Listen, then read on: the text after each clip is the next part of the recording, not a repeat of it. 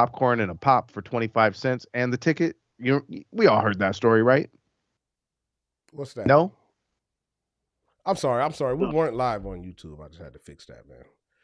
Hey, but you know what I'm talking about? Like how old folks used to talk about back in the 50s, you could go to the movies for 25 cents. You could get the ticket, a couple of popcorns, get some raisinets and a soda pop, Well, right? we can say that. I couldn't say it for 25, but you could say like, No, I'm remember saying like I can matinee say used to like be like when we were 350. Remember the kids. dollar movies? When we were kids, we used to be able to buy like a candy bar for 25, 35 Yeah, cents. yeah. So then even then, remember the dollar movies. We used to go to the dollar movies, right? And it might have been the movie was a little old, but still a dollar movie. That's crazy. I went to the movies recently for 4 tickets, 2 adults, 2 kids. Shit was $70. God damn. 70. $70. Man, you gotta get that Fire Stick, man. And once upon a time, yeah, shout out to Fire Stick and HBO Max, man. They always be Yeah. having good movies. But think about it. There was a point where I remember my pops was telling me in 1970, a brand new house was like $10,000, right? Man. And you would put a down payment on the house, and your mortgage would be like $82 a month. But you know, minimum wage was also like $2 Yeah, an yeah. hour. So he wasn't making shit. Yeah. But still, it's crazy because inflation keeps going up, keeps going up, Yeah. keeps going up. So these smart cats, when COVID hit, they knew they were gonna say, "Oh man, all of the supply is gonna go down because nobody could work because COVID. Everybody's at home, so the demand's gonna stay super high, and the supply is gonna go way down. So that means supply and demand. There ain't enough shit for everybody who wants it, so the price is gonna go sky high. And Yeah. what does that mean? Houses too, Yeah. especially What do you houses. think about people that don't live in our country that own houses here? Like my landlord lives in China, right? You know, I gotta send him his check to live here in China. You know what I mean? How do you feel? Why do we let motherfuckers like, you know what I'm saying, eat off of us like that? I don't know, man. I think it's fucked up that it becomes a situation that everything is for sale in America no matter who's buying. You know? Like it's kind of blasphemy because it doesn't work that way in other countries. Yeah, exactly. Why do we just let motherfuckers own shit? Like my landlord, man, for real, he has to hit me up to ask about his property. You know what I mean? He'd be like, "Well, how things looking over there?" It's like this motherfucker. To my knowledge, he hasn't been here since I've been living here, because he hits me up from time to time and asks me, you know, what does it look like? And I tell him, man, it's a bunch of trash over there, and this and that. And he gives me like a discount on my rent to, you know what I'm saying, look after this motherfucking property, but he doesn't, you know, he could give a fuck less, man, as long as that check comes. Because even if I tell him some shit's fucked up, he can choose to get to the shit or not. You know what I mean? Like one of my neighbors, she had hella mold in her apartment. And he was still just like, well, tell that bitch to move out. You know what I mean? Like, And we'll get go some, get a gallon of paint. yeah, we'll get somebody else to move in there. You know, I think that's a big ass problem, man. Letting people fucking own shit here that don't give a fuck Well, about yeah, here. because it allows foreign nationals to come into your country and do the same thing I'm talking about, where they buy all these houses and then Hmm. 20, 30 years later, those $500,000 houses are worth 2 million. And Yeah, now they just quadrupled their fucking money stream. yeah. And look at the Saudis. Saudi Arabians doing the same shit. If you seen any hey, shout out to Bitzer for a second, bits and pieces. DJ bits and pieces. Hey, But what up, anyways, bitch? remember when he was giving us all the 911 conspiracy shit? Oh yeah, I remember the parachute pants, the survival pants. Man, that was my Hey guy. man, you gotta get the don't forget the buck knife and the magnesium strip. But he was always talking about that shit in those videos. It was talking about how the Saudis had all that money locked up in our national reserve. Mm. Are you aware of that? No, no, enlighten me. So the Saudis have a gang of money locked into our national reserve, and they're one of the biggest property owners in America. Hmm. Why would they be a property owner in America? I Think mean, about it. cause we let That them. should tell you everything you need to know. Cause we let them. I mean, I'm all for squatters, man. Stop paying rent, man. Fuck the motherfuckers. If your landlord can't come to your fucking house himself, you know what I mean? Like if that motherfucker can't come put you out, I say it should be fair. Like if you own shit that you can't enforce yourself, stop using the police and the sheriffs to come kick people out of homes and shit. Come get your shit back yourself. And if you can't, I win. It's mine's now. You still Squatters' rights. Hey, who was them? Remember them movie stars was squatting in a house for a long time, and then they got busted. I Who never was saw that? I'm saying no. If you can't come put me out, it's mine. You I still want to own it, say but it I was live dude. here. Nah, it was dude from the fucking National Lampoons, man. It was Uncle. It was Cousin Eddie. It was Nah, for Cousin real. Eddie. You know what I I'm talking love about? Cousin Eddie, man. You know what I'm talking about? So he's I Cousin forgot Eddie in his real name life. though. Huh? He's Cousin Eddie in real life. Like the motherfuckers. He was staying in the house with his wife. They were both actors, and they were in that shit for a long ass time. Like, wasn't paying the rent. The shit foreclosed. They sold it. Somebody else bought it. He was still living in it. That shit's He crazy. lived there for like 2 years, 3 years. Yeah, nah, man. I think this whole shit, man, like that when something happens like this, like we had COVID for the last couple years, right? Then COVID died down. Now we got this Russia shit, Yeah. man. It's all shit to distract us from the shit that's actually going on, man. Yeah, Like, true. look at the crime rate, man. Just here in our area, Oh, man, man. crime is up fucking crazy, man. And gun violence. Every night, man, I hear gunshots and shit in my neighborhood, man. It's a shooting like every fucking night, man. Fuck that Russia shit. Fuck all that other shit, man. What the fuck is going on right here, man? And if you say Hey, bro, you guys heard about the dude who had the rifle in downtown Seattle? No, just we last didn't night? because the local news, all this shit is dominated by fucking Russia. I see on at least on my TV in my home, man, it's always on this Russia conflict. And I'm like, fuck that. Scary than a motherfucker, dude. So some cat decided that he's gonna go take a rifle downtown, and he rams into a building, right? As a matter of fact, of course, because this is the thing, man. Seattle is so weird. It's always some crazy domestic terrorist motherfucker, but of course, some dude rams into the federal building, right? A bunch of people are there because it's downtown. He's armed with a rifle, and then he pops off a shot.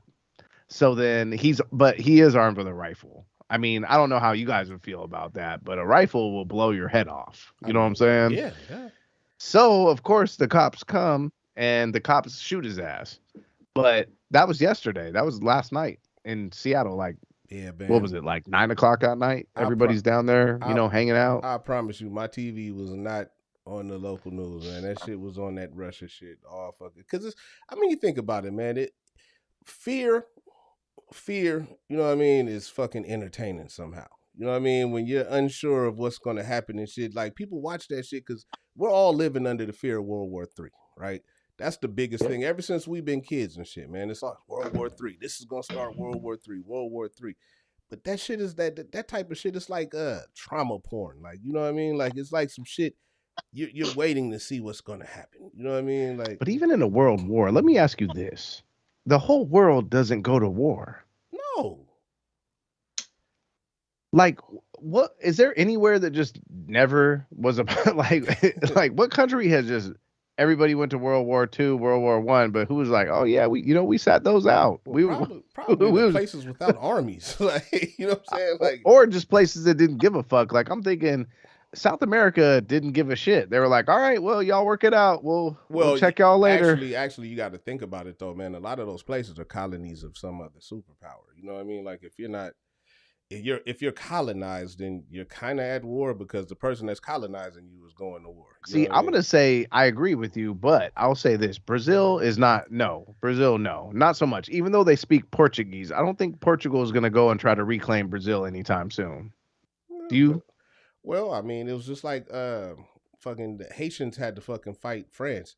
You know what I mean, for their independence and shit. And but look, I've seen City of God. I don't think Portugal wants nothing to do. wants no heat with Brazil. And honestly, after I played Street Fighter 2, like if there's really a Blanca motherfucker out there, shocking motherfuckers, fucking spinning around like with that. I mean, what is their military like though? I mean, it doesn't matter. They're in the fucking rainforest, bro. Like, come and see me. Like, think about it. They go hide in the jungle and be like, all the shits that's crawling around. I hear what you're saying. Like, I hear what you're saying, but I mean, it's not like the World War took place over the whole world. You know what I mean? It's usually in a specific spot. If you can't get there, like, man, I would have went, but always focused in Europe, man. I would have got there, man, but the gas was too expensive. I feel like them cats just been living by each other too long, man. They're just getting tired of each other. Like, man, I'm tired of your shit. Hey, what about Australia? the prison planet.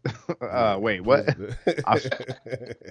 Australia, man, they got enough going on over there. Everything over there can kill you, man. Again, They got nobody wants plants. to invade Australia because all them goddamn dangerous, poisonous shits down there. That's what I'm saying. Yeah, Nobody but you gotta will go think. to Brazil. No one's Nobody's gonna in, go invade South America. nobody's invading anything really, though, man. Who's invading shit? I think the And we look invading is over. stupid because here we are floating on this Huh? melted lead ball in the They're world. not invading. They're not invading Ukraine. They're fucking. That's next door to them. That's Are not. they liberating? What are they doing? I mean, I'm trying to wrap my head around it. Well, you know what I'll say is that Russia could try all they want, but as President Biden, who apparently called the Ukrainians Iranians, did you hear about that in his State Oh of the yeah, Union yeah. You address? saw it, but Biden is fucking up words and shit. The Iranian people are proud. I actually read some shit to where they're blaming it on Biden, saying, now these countries are going to act up because they feel like he's fucking senile and inept and shit like that. But I mean, this is the thing, man. If somebody told you, right? If somebody called you right now and was like, Jake, I'm gonna fucking come fucking kick in your door next Thursday. You know what I mean? Next Thursday, I'm coming to kick your door in. Uh-huh. Would you be ready or would you not be ready? You know what I mean? Like, if Why they be sent you ready? a fucking email to let you know they're gonna come do a home invasion, what time are you coming? yeah, like what Like time? 11:30 What if they told you the Pacific. time? They're gonna come. Is that an invasion? Is that a home invasion, or is that a threat that you got Feel to like deal with? that's your play. You're scheduling a get 'em up. I feel like You're Russia scheduling basically you're scheduling they you're scheduling a thing. they Like, basically told the motherfuckers we're coming. You know what I mean? And there's two things you can do. Because one thing I learned, man, the one thing with the media and shit like that, man, is you can use the media to gain sympathy, man. And basically you can win. Just like the civil rights movement, man. They was hella smart because they would wait for the media to get there. You know what I mean? Like, all right, man, they gonna show up. If it wasn't for them cameras watching them niggas get bit by them dogs and shit like that, you never would have known the things that were going on. You know what I mean? People around the world wouldn't have known how bad shit was for us here if it wasn't televised. You know what I mean? Like, you seeing those images and shit, that's what changes the world, is when you see that shit. So Yeah. all of those fucking images of the Russians, like, oh shit, they're outside, here comes a bomb and it's blowing up and shit. That shit is it fucks with your emotions. It pulls on you. Like, oh shit, man, look what yeah, they're that's doing to true. those people. But they're not saying why they're doing that to those people. They told the motherfuckers we was about to come here. Hey man, maybe you should either leave or tool up. Maybe your military should be ready. And if your military's not ready for us to come over here and fuck, we win. Just surrender. Don't let your people get killed. Fuck it, man. Oh man, Russia's coming back. But what are they trying to do? I mean, that's the thing, is that it's like I guess we just don't know. And that's the thing. That's the thing about the world that's crazy, is technology has us in everybody's business. We don't know what's going on out there. We don't even speak the language. I mean, I could sit here and be like, Slav, you go to Russia. I give you 3 redhead. But it's like, we don't fucking speak their language. We don't know their culture. We don't know what's going on. We don't know the history. That's why it shouldn't be on our fucking news, man. And that's why our gas prices shouldn't change because of them. Because really, it has nothing to do with us. I don't think we should be upset about what's going on over there. It's none of our business, man. Get your fucking nose out of their business. But it's funny because even with us, like, we try to sensationalize it, not only with gas prices, but even, in the State of the Union address, our own president makes it like a wrestling introduction when he fucks around and flibs, saying proud Ukrainian people by saying, and a pound of Ukrainian people, proud, pound proud for people, pound. pound for pound, ready to fight with every inch they have, and macho man's coming for Hey, you, you know brother. what? And the thing about that, man, I was watching something when they were talking about, the Ukrainian president. We was coming like, for you, nigga. he was like, send us weapons and give us weapons. They talk about all about. They talking about giving the citizens of Ukraine weapons to fight against the fucking red. Why? I kind of do wish politicians wouldn't be so diplomatic, though, and they would go full blown WWF, though, in their addresses. If Biden was like, and I'll tell you this, brother, if that fucking Putin son of a bitch tries to step foot on our NATO ground, we're gonna bring all the Hulkamaniacs, we're gonna get all the Nick Foleys, and you know what the Rocks, man, it's the opposite of that though, man. That's the problem. That's what we don't need. We need for the motherfuckers to skip the wrestling techniques and Okay, all the lying and shit. I Fuck all got you. the I'm wrestling. just being goofy. I got you. But I'm just saying, I'm just just fuck them. We got problems right here. Fuck yeah, Putin. we do. True, It's a true, true. We motherfucker do. down the street from here. I don't know what these niggas is going through over here, but I swear to God, they fighting worse than them Russians, man. These niggas over And, here is going in. They're and for a robbing. long time, man, they've been doing nothing right, man. Like at Second and Bell Street in Seattle, I guarantee you, it only takes about 20 minutes before you see somebody pop a needle in their arm. Man, they're robbing. Guaranteed. They're robbing everything Guaranteed. out here, bro. They are robbing everything, man. They robbing the smoke shops. They robbing the dispensaries.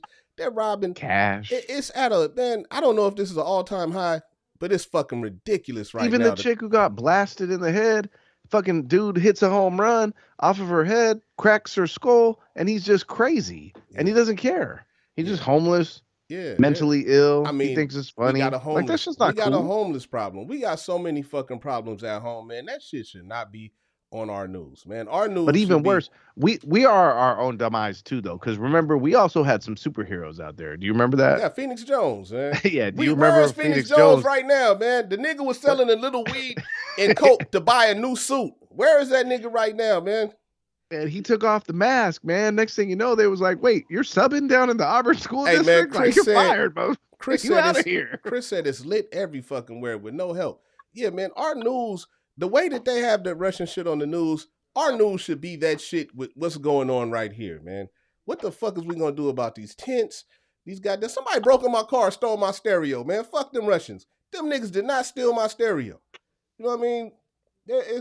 Who the fuck is committing all the crime out here, man? Who stole slaps? Who stole slaps stereo? Took my radio, you know what we need right now? We need a new version of the Guardian Angels. Slap. Nah, we need a new version of CNN. We need a new version of Fox News. We need the shit. We need local. We don't need Ted Turner controlling it.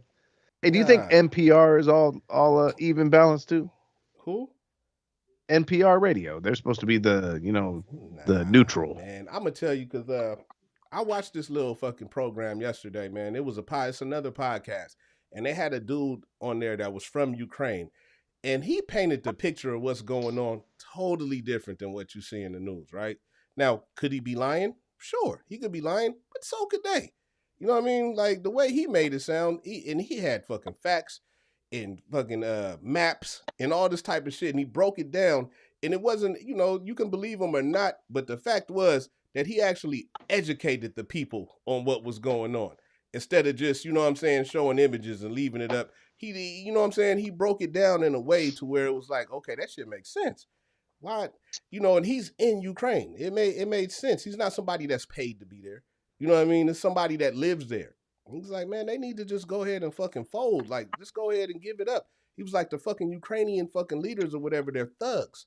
You know what I mean? Like, they're over there killing people who are sympathetic to Russians and shit. Like, it's split on how many of the people want to go with Russia and how many people want to stay independent. You know what I mean? So, our news just makes us stupid. I feel, man. We gotta have a dumb news cycle, man. And that's well, you have a great point though, because there's really no way for us to ever prove or disprove what these mass media corporations are telling us. Yeah. So even the United States websites, the U.S. State Department, they try to say what's fact or fiction with U.S. and Ukraine right now, and Russia, right? And one of the things that Russia tries to say is exactly what you said, is that the Ukrainian government tries to threaten people who are pro-Russian or they're ethnic Russians, and they kill them or they commit mass genocide. Yeah, exactly. And the U.S. is saying there's no credible reports of that. Like it's not real information. However, they say that Russia invaded, is it Crimea? Yeah. Crimea? Yeah. And they took over that, and then they're suppressing their culture in Ukraine, and that they're trying to take over the Ukraine, and they don't know why, because they want to put in some puppet leadership. See what I mean? We can't prove that. Well, we can't say that we don't do shit like that. We put in puppet leaderships all the fucking time. Right? So why would the State Department be saying that? We've been playing this like fake ass Cold War game with Russia, and I think it's all a ploy. I think it's all fake. It's not real, because they even said in World War II, how the Germans got defeated, because the U.S. and Russia were teammates. Yeah. And they came together. And that's another thing. That's like when Putin called the fucking, when he was calling Ukrainians Nazis and shit like that. That's because the Germans fucking invaded them and helped them gain independence from Russia. Yeah. So if you think about it, it's almost like the most brilliant thing to do is to make everybody think that you're beefing when really everybody's in on the fix. Well, no, the biggest thing is to blame shit on other people. Hey, man, them motherfucking Russians, the whole time you're the one that's making all the prices go up. You're the Well, one right, doing because all the fuck shit. exactly, because like It's think about you it. If doing they're it, but you got somebody if else we to were blame selling our for it. own oil, we're selling our own oil for $2.80 a pop, right? Uh-huh. In 2019. Then they're like, hey, I got a great idea. Why don't y'all motherfuckers invade Ukraine? We're gonna say, fuck these guys. It's gonna cause gas prices to go up. And then when the gas prices go up to $5.60, guess who we're gonna go buy all our gas from?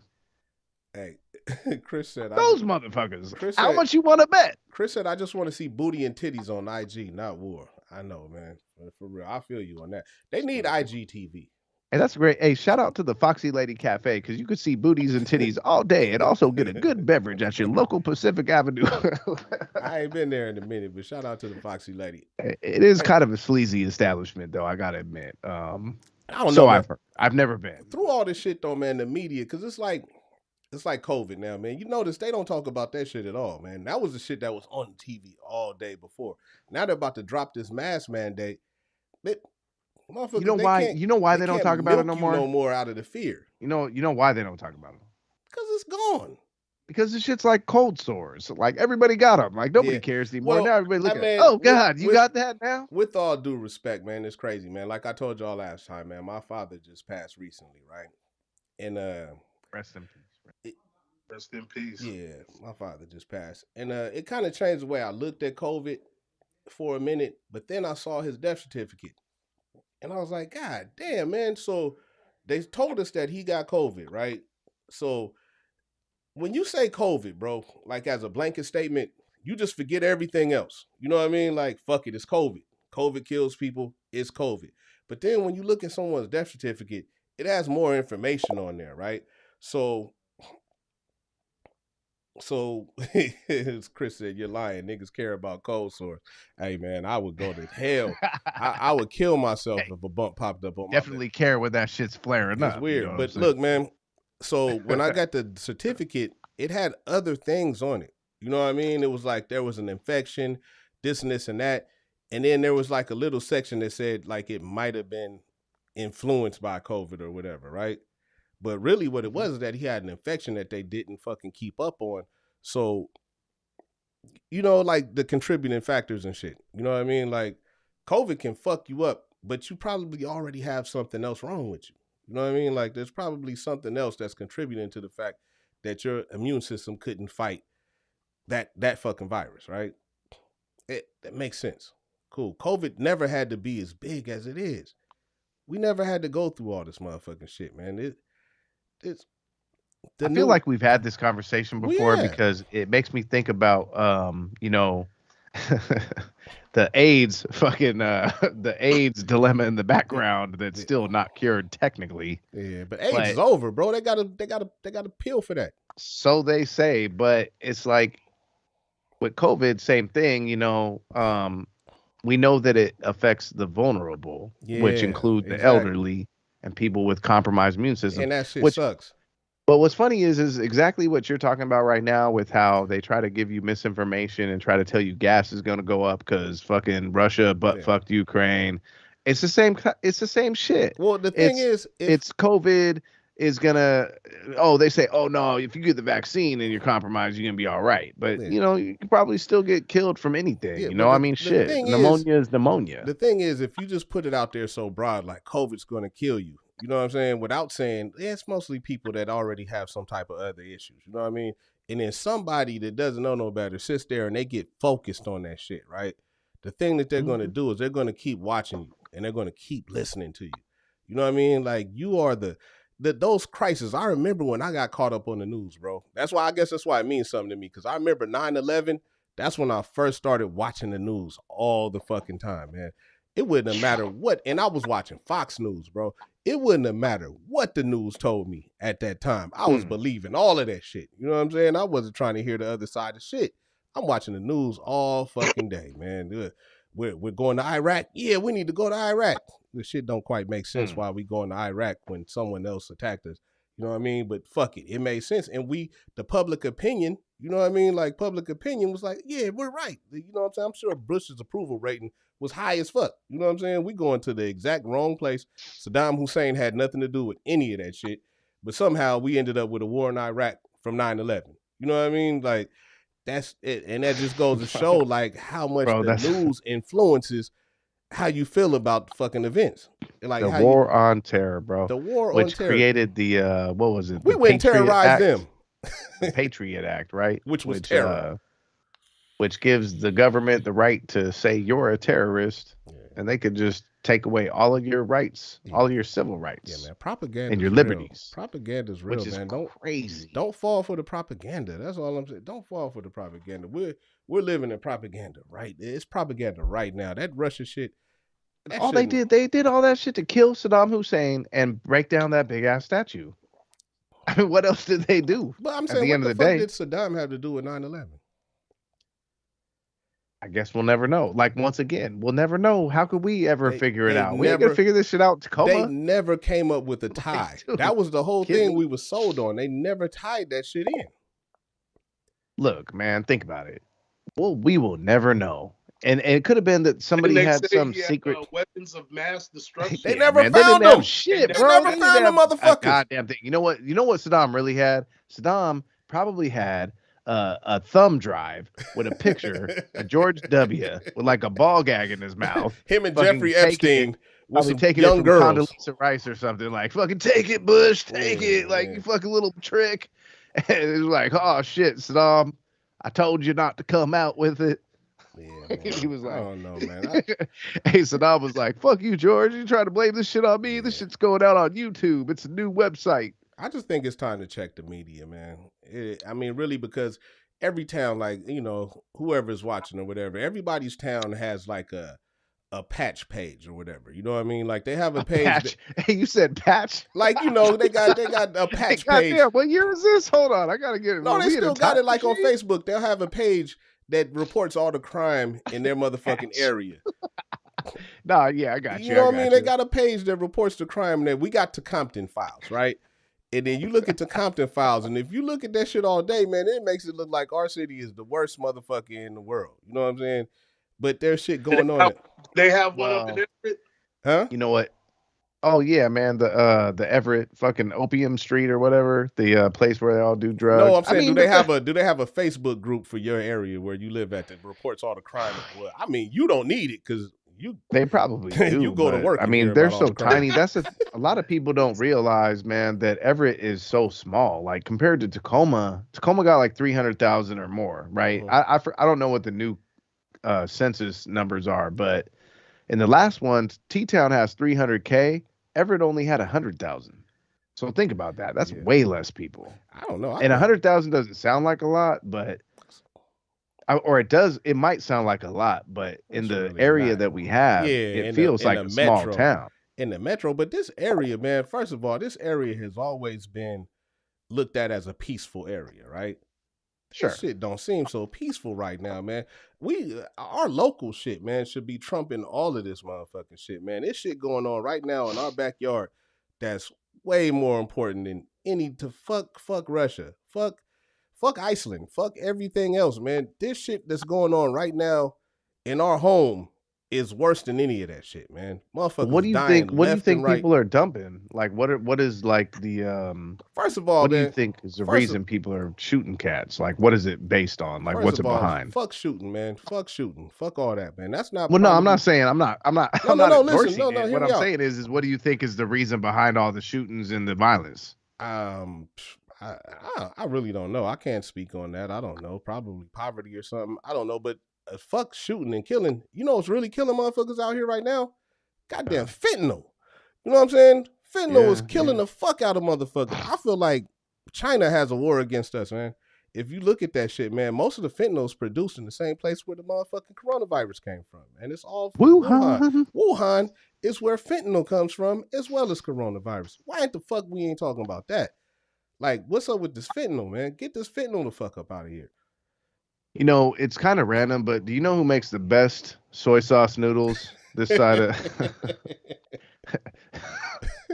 Fucking Wuhan, okay? It's I just it's bet. a goddamn shame, but you can get the best udon, soy I sauce bet. noodles. I bet, Look, man. But it's fucked up. Like you're not lying. I mean, think about it though. It's propaganda, man. They all try to make money, man. The yeah, shit's man. never ending, But bro. that's all I'm saying is put the focus back on what's local. What's going on in America?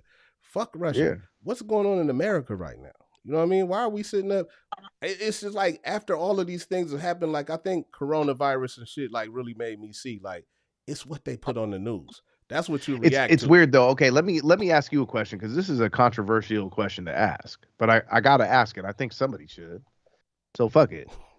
Do you think that the idea behind like defunding cops to where there's not a lot of cops on the street has a connection to more motherfuckers getting violent? Nope. You know why I don't think that? Is Why? because in Tacoma, we didn't defund our police, right? We didn't defund our police department. They have the same funding that they had the whole time. They just changed the motherfucking way that they handle like high speed pursuits and shit like that, right? That Did didn't. they though? Man, you know what's crazy? The dude ran over the protesters Yeah, in well, Tacoma. that wasn't a And pursuit. That nigga was right there. how did that shit not become the fucking national news? Like that's weird. It did, but it didn't. It like came and it I'm went. It just wasn't saying. even a big deal. I'm It just doesn't make no saying. We sense. didn't defund our police. We still have police here. You know what I'm saying? They just. But they should have. Like they should have disbanded the T Town force. Like the dude legit ran over motherfuckers in an SUV.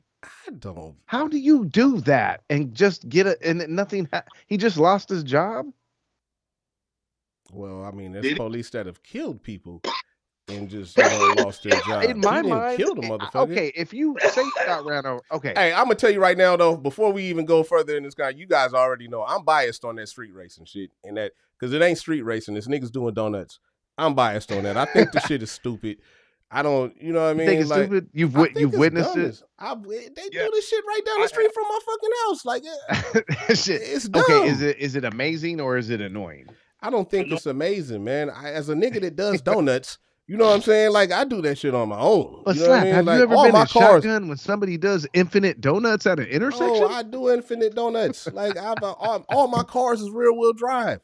Like I'm sitting Now, there, let me ask you this though: as you're doing donuts, is that just the first step of it, bro. or I did is donuts in level your two that car. you have to pop? Remember You have when to you let pop me them drive off your as you do it. Mustang? Huh? Remember when you let me drive your Mustang? Yeah, we I we did don't gotta donuts in talk your about shit, man. I've always been doing donuts. Is that where the level of entertainment in this city has went to where the most entertaining thing in the world is Yes, to dude. do? Think about it. They shut down the mini casinos. They got rid of the mini casinos. Everything closes at Is like that fucking 11 o'clock. is All this the your kitchens kid? are Is this closed where by we've sunk midnight. into to Like, where come on, man, it's donuts? bullshit. There ain't nothing else to do, We talking man. about It's donuts. boring. Tacoma did. Hey, I will say that, man. Once upon a time, it was like the early 2000s. Tacoma was fun as fuck because everybody stayed open all night. Yeah. You could go to the Silver Dollar and you could get a silver. Man, Get what was it? $1? that You get a $2.99 $1 beer. that $2.99 steak and eggs, boy. That was that Man, shit, come man. on, a $2 double. Man, I Yeah. remember I was up in there I buying remember Crown Silver Royal Dollar. like the shit was going out of style. I felt like I might as well have been Canadian. I'm just saying. That was some good ass times. I remember seeing Clout Chaser up at the Silver Dollar, gambling away, but getting a Merlot. Hey, you remember when I burnt out in front of the police and they pulled me over in front of the Silver Dollar and you had to Look, come to Silver Dollar with bail money to come get listen, me? I will say this. No. There's way more to this story than you even street, know. but I'm No, saying no, I've no, been no. You're street tripping. racing forever. No. Hey, to all the viewers right now, to all of the 10,000 viewers watching this show, I'm going to tell you the straight truth, all facts. This guy one night says, I got to get out of jail free car. Can I drive your car? But what you don't know is that at that point, we were already going hard. We were drinking. We were feeling good. And our answer was to go to the Silver Dollar Casino where they had $1 drinks and $2 doubles. And he says, let's switch cars. I want to drive your Mustang 5.0. And we fucking race all the way to the Silver Dollar. And we pull up to the last light before the Silver Dollar. And there's a cop right behind Slap. He decides to do one of those hard brakes where he's like, and then fucking takes off. And as soon as he takes off, when the light turns green, as soon as he takes off, he's not even going 10 miles per hour. Woo! And when he does that, I'm lit. And I'm like, oh no. And I just keep driving. I'm like, I drive home. I'm like, I don't know what's happening. Like, we're all going down. This shit is He said, the "Oh fix is in. no." I'm like, no. And was $2 somebody with stakes. me? Was it who was it? Nah, you Was was it by Trust? yourself. Nah, Hey, because we dude. had dropped everybody else off by that time. So I drive all the way home, like a mile away, and I get out of my car and I'm like, man, I can't catch a DUI. So I grab all my money and I run back into the Silver Dollar Casino from like 92nd and Yakima to 84th and Hosmer, and I'm running. I'm running as fast as I can. Like, slap! No! Like, we gotta get him out. Quick, call his girl. No, I get there. This motherfucker's up in the fucking casino. Like, hey, Hey. Perks, what took you so long? Hey, you know what the crazy part about it is? When the police pulled me over, I pulled into the motherfucking Silver Dollar and I parked, right? I park in the parking lot, man. And he comes up and he was like, let me see your license and insurance. And I was like, no. And he was like, have you been drinking? I said, no. He was like, I'm going to need to step out the car. I said, no. He was like, oh, shit. He backed up. He was just like, hey, man, hey, look, hey, don't drive no more. And I was like, have cool. a good night, sir. Have a And good the night. funniest part, though, bro, is when that happened, I didn't even think about this, but you was in my car. I was in your that fucking shit would've car. got impounded. Like, my keys. Like, goddamn, man. Nah, Like, man, what because the fuck? I've always had that attitude, man. Like, it's all about how you deal with motherfuckers, man. What I did was I matched his power. You know what I mean? Like, this motherfucker's telling me to do shit. I'm saying no. Nigga, I'm not doing it. Now, what type of night do you want to have? Do you want to have a night to where you got to shoot somebody? You know what I'm saying? Do you want to turn this into some shit to where it's going to go way where he didn't want all that motherfucking problems. All them. I'm already parked, bro. I didn't pull over and stop on the street. That's one thing I'm going to tell you if you're watching this shit right now. If the police go to pull you over, do not stop on the street. Go somewhere and park your car. You know what I mean? Don't do it slowly. Do it to where they don't think that you're running, but go somewhere and park your car in a place to where they got a decision to make. I could either let this nigga go, because if you park on the street, somebody has to come get your car if they arrest you. Like, you know what I'm saying? There's all types of things going to happen. They're going to impound your car. They're going to do it. Make it easy. Make it easy. I just made it easy for them. I went, I parked. Hey, man, nah, I'm not doing that. I'm not showing you this. I'm drunk. What the fuck am I going to? If I'm drunk, why would I agree to give you all of this shit? No, nigga, you about to take me to jail. If I give you my license and insurance, plus I don't got all that shit right now. If I give you all of this shit right now, you're going to take me to jail. I'm just going to say no, nigga. No, I'm letting you know right now. It's too bad we didn't have like one of those voiceover people on the show to be like, the WiiRadio show does not give legal advice. This is not legal advice. And you are held against your own decisions when you make them. Hey, because Willie will tell you this, man. Remember the time when we were speeding down South Tacoma way? Remember the time when I first got to Dayton's on my fucking, on the special, right? Yeah. And you and Joe, you guys were in the car, and then the Chinese bitch had jumped through my window and all that shit, whatever. I'm smashing down South Tacoma way, man. Just smashing, man. I get pulled over by Lakewood police, man. The motherfuckers come up to the car, and man, luckily I had that bitch in the car, man. Because they came and they asked all the questions, all that shit, and then they saw that girl. And the girl's like, hey, Dave. And the dude's like, I forgot what her name was, but he called that bitch by her name. And he was like, such and such.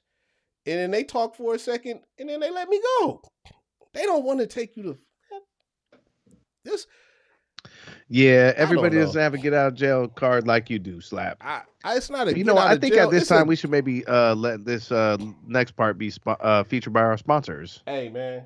We're going to do a little, what you sipping on? I'm sipping on some shit, man. Shout out to my dude, Kurt, man. Rest in peace, man. We come on this show and I drink these bottles, man. 9 times out of 10, man, I got this bottle from somebody, you know what I'm saying, that came and brought it to me. And a good friend of mine's brought me this motherfucking bottle, man. Yeah, no, Chris is right. He said, nah, she chewed that officer's dick before. That's exactly what happened. That bitch was a prostitute, man. She jumped through my car window like the Duke boys. And them cops just happened to know that little Asian bitch. And they let me go. But like I was saying about Kurt, man, rest in peace to my guy, man. He just passed away, man. And yeah, man, rest in peace. So man. I got this Bainbridge gin. Rest in peace to Kurt. I'm gonna say this: we're starting a new feature. We're starting a new feature where we're gonna call it the Boilermaker Review. Okay. How do you review a Boilermaker though? Because for those of our viewers out there who don't know what a Boilermaker is, we like to be authentic on the WiiRadio show. Okay. So a Boilermaker is when you take a lighter alcoholic beverage such as a beer, or I don't know, I don't even want to say a seltzer, but a beer, you know. Usually it's a malt, but you can go with a domestic, or you can go with some wine, something like there's different mixes that people have made where they take like a beer or wine and mix it with spirits, the liquor, right? And so Boilermakers, as we know, and we used to do them all the time, you take a little beer in a cup and you put a shot in it, and then you take it to the head, you know? Everybody knows about what is the Jaeger and Rockstar? A Jaeger bomb? Nah, Jaeger bomb is Jaeger and Red Bull. I Oh, mean, yeah, I no, guess my the bad. A same thing. Jaeger and Rockstar. Yeah, no, that's a Jaeger and a I Rockstar is don't know. a I don't Jaeger drink that bomb. nasty ass shit. Same thing. Huh? Sue Young Red from the Bull, Chris Tucker, Jackie Rockstar, Chan same. movies. Yeah. Hey, look, man. A Yeah, Red Bull and she a was. Rockstar. That bitch was. Wait, what? Nah. Chris was talking A about Red Bull and vodka is Chris, call in. Yeah, man. But hey, and we know that a car bomb is fucking Jameson and what is it? The Guinness. You know what I mean? Yeah. You ever had one of them? Yes. With a little Baileys? Ugh. Yeah, it's not good, right? And then you also know that a flaming Dr. Pepper for all of our viewers out there. Hey, 151 on top of some goddamn. You remember? 151 on top of root beer It's schnapps, not and then you hard. drop that motherfucker into a 40. Look, this generation Into will some never know beer, what some it's malt like liquor. because they outlawed that shit. That shit might as well be Billy the Kid, man. They don't and have Young Guns Part 151 no 2. more? Huh? They don't have 151 no more? Yeah, Bacardi don't sell 151, and let alone they will not let you buy a drink that you can light on fire in the fucking bar. Like they do Well, not we allow didn't drink that. those shits at the bar. We was drinking flaming Dr. Peppers before we. Yes, we did, dude. Well, I'm I saying remember, like me and Willie will tell you, we was drinking 151 back when we wasn't old enough to drink. Like flaming Dr. Peppers came before us being old enough to drink. And even like trying to light the shot on fire, but Nah, we used to let that shit go, man. I tried to walk up the wall just one drop time. it in. We drive the Ooh, we used to, yeah. Well, we used to okay, get and with the fucked flavor up. Dr. Peppers, those shits was bomb, dude. You would take some OE with some 151, topped off with some Armoretta or some root beer liqueur, drop it in there, lit on fire, and slam it, and it tastes just like a damn Dr. Pepper. That shit's insane. I like the idea for your new segment though, man, where you take the drinks and make the drinks, because you know that peach thing we made up, man. It was beautiful, dude. That shit go viral, man. That peach drink we made up, man, ain't nobody. That shit, man, dude. That shit would in any situation, man.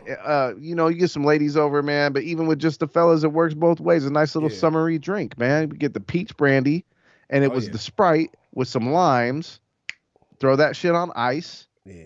And you got a nice refreshing beverage, and about 4 in, you're gonna feel real good. It go hard, man. Me and Burns are like drinking partners. You know what I mean? Like back in the day, people had their drinking partners, man. Like my pops and my uncle, man, they was drinking partners. They get together, and every time they get together, you know what they doing. They drinking the same thing all the time. They kicking it. They politicking how they do with them drinks. We drinking partners when we get together. Bro, the last time we did that shit, we was playing full court basketball. No, the last time, you know what happened the last time I saw you, right? This motherfucker Burns comes to my house, man, and he's got 2 different kinds of beers, right? This motherfucker shows up at my house. I'm thinking we about to kick it. He shows up with 2 different kinds of beers. It was like, all right, man, I'm out. I'm like, we ain't gonna drink these beers together. He's like, hell no, I drunk the first ones.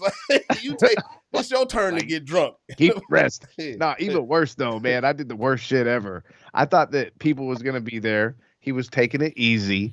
So I tried to bring 2 12-packs of beer, 2 different kinds. And I brought Michelob fucking Ultra Light. I don't even know why I got that shit. Michelob. Who buys that shit? Like, am I on a diet? Am I, you know what I'm saying? He brought Michelob Ultra and like funny. Michelob regular. Michelob. Who even gets that shit? Hey, I'm not complaining though. I drunk that sponsored shit. by Ford. I drunk Came them through shits. in a Taurus. Yeah, me and Booby fucked them shits up. Be like, hey man, Burns is coming through with some Michelob, sponsored by Taurus, the new SE coming out this October in maroon or midnight blue. Hey, yo ass. Michelob. Oh, what was that? Hey, hold on, Burns. Chris said a Bruce Jenner kind of beer. Yes. But we ain't talking about no fucking Michelob. And that's why I gave it all away. Like, I even left it at 2 different places. Yeah, he dumped that shit off on me and shit. Like, I don't even, it somehow wound up, it was at the 7-Eleven. That was the only shit there. I Boom, ain't mad at fuck you. it. Fuck it. You came with beer. But with the Boilermakers, so what we're going to do here, we're going to go with a little Ronier. We got some R classic for Ronier. Russia, man. The R And then we're gonna stands go for with some Russian. other local. It's the Bainbridge Heritage Gin. All right, we're Nigga, you going about to nasty. hold on, man. You about to fucking dip gin in Rainier live Yes, on but WiiRadio. check it out though. Do It it ain't right now. regular gin. It was Why has it got aged. color to it? It listen, yeah, because it was aged in some organic Douglas fir from Oh, that's Bainbridge like when Island. they put the little spices and the bullshit in the gin. Yeah, well, that's No, do that's it why right it ended up now. becoming brown. You know that, right? Yeah. Because it's aged in the caskets, Yeah. like the right. So Cask. this is fir, not oak. It Okay. doesn't taste like whiskey. It's still gin. Okay. But what you do is this is how you do a Boilermaker. Now you can put the whole thing in here. I'm just gonna keep it classy, because it's You like got to drink the whole thing though. it's Food Network. This is for WiiRadio. I'm gonna You do got to this. slam it. Hey man, this is I hope I entertainment live right to here, see man. another This day. motherfucker But just this is dipped this is how it gin goes. in beer. We've been doing this for years, since 2000s. This is what we did every single day at the Bottoms up. spot. Hold on, Yeah, man. Hold on, bottom- y'all. Wait, don't drink it yet. Don't drink it yet. Don't drink it yet. Willie, where your drink at, man? We gonna take one for my nigga Kurt, man. Hold Okay. on. I'm pouring right now. We're gonna take one for Kurt, man, because we all done lived the benefits of my guy, man. We've been drinking real good on this show, man, because of my dude, man. I got the nasty dirty cup. I've been drinking since last night, man. That's Willie, goddamn it, fuck that straw, man. He got the seat through the the murky water cup. Hey man, to Kurt, man. We gonna do To Kurt.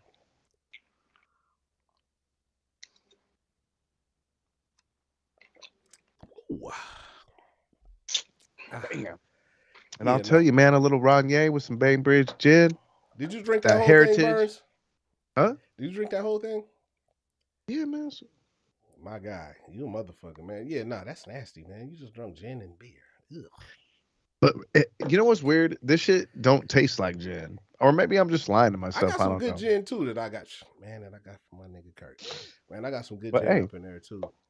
That's the thing, man. A Boilermaker, dude. I'll tell you this, man. This is some real shit, man. I knew about some cats that would get pitchers of beer and spike that shit with fucking vodka. Woo! Trey said y'all crazy. Where you at, nigga? You call in, man. You come on and take a shot with us, man. Yeah, hey, I'll tell you, man. And that's real shit, man. I knew about that. I've seen it a couple of times where people would get in good with the bartenders, and they would get a pitcher, and then they would ask them to top it off with some vodka and shit. Yeah, see, you know what? Niggas don't drink like white people, man. Me as a You know what? person I gotta with be honest with you. Do you want to know who I knew did it? Who? It was a brother. That did it? Man, Yes. well, that's a special nigga, man, because I got white friends, man, and I know for a fact I cannot drink I can't drink like You do know I know who he talking we never about reveal our sources. Yeah, We never reveal our sources. But I can't drink like y'all, man. Y'all motherfuckers drink. Okay, I will say this. It was very rare. I think that's some like serial killer shit to do because I don't think, and of course all the serial killers are white. I get that. So obviously not all. I just saw a thing where they classified the DC sniper as a serial killer. One of our homegrown. What was the DC sniper's thing though? What was his problem? You know what his problem was? He says, I'm at home. He drunk gin and beer. Yes, this nigga Trey, he drunk gin and beer. He did. He did that. That's good. And it was delicious. It was That's fucking my delicious. co-host, man. That's my guy. That's why he's my friend. It was delicious. It was it's some 1878 Matter of fact, Ronier. he's so crazy he's gonna do it again. Go ahead, Burns. Do it again, goddamn it, Burns. They don't believe you did it, goddamn it. I'm all out of beer, man. I'm all out of beer. I did it. They seen it. I did it. Yes, it was drunk gin and beer. No, but the DC sniper thing was he had some type of thing. He said DC sniper killed my homegirl. I remember Kenya Cook. So I had a homie, man, and that was his baby mom's and shit, right? So I guess what the DC sniper was trying to do is he really wanted to assassinate his wife. He wanted to kill his wife because they had some type of custody issues or some shit, maybe child support, something like that. And that whole fucking plot and that plan was a circle back and come back and kill her and make it look random. But the first person that they killed wasn't in Washington, D.C. or no shit like that. It was right here in Tacoma. It was here. They knocked on the door, and when the girl opened the door, it was supposed to be the wife that opened the door, and he killed her daughter. And I think her name was Kenya. So wait, hold on, time out. So the first one was accident? No, the first one wasn't an accident. The first one was the wrong person. And so it was an accident. And that just happened to be somebody that I knew. You know what I'm It's saying? not like Shout out, that. old Yeah. boy. Okay. Actually, rest in peace. I think he just So it was the passed. wrong Kenya person. Cook. Yeah, he's not like that's yeah. And it But was so this person was a serial killer. They were he was after a their serial girl. killer, but he wasn't a But nasty, dirty serial killer. Like how many people did he kill?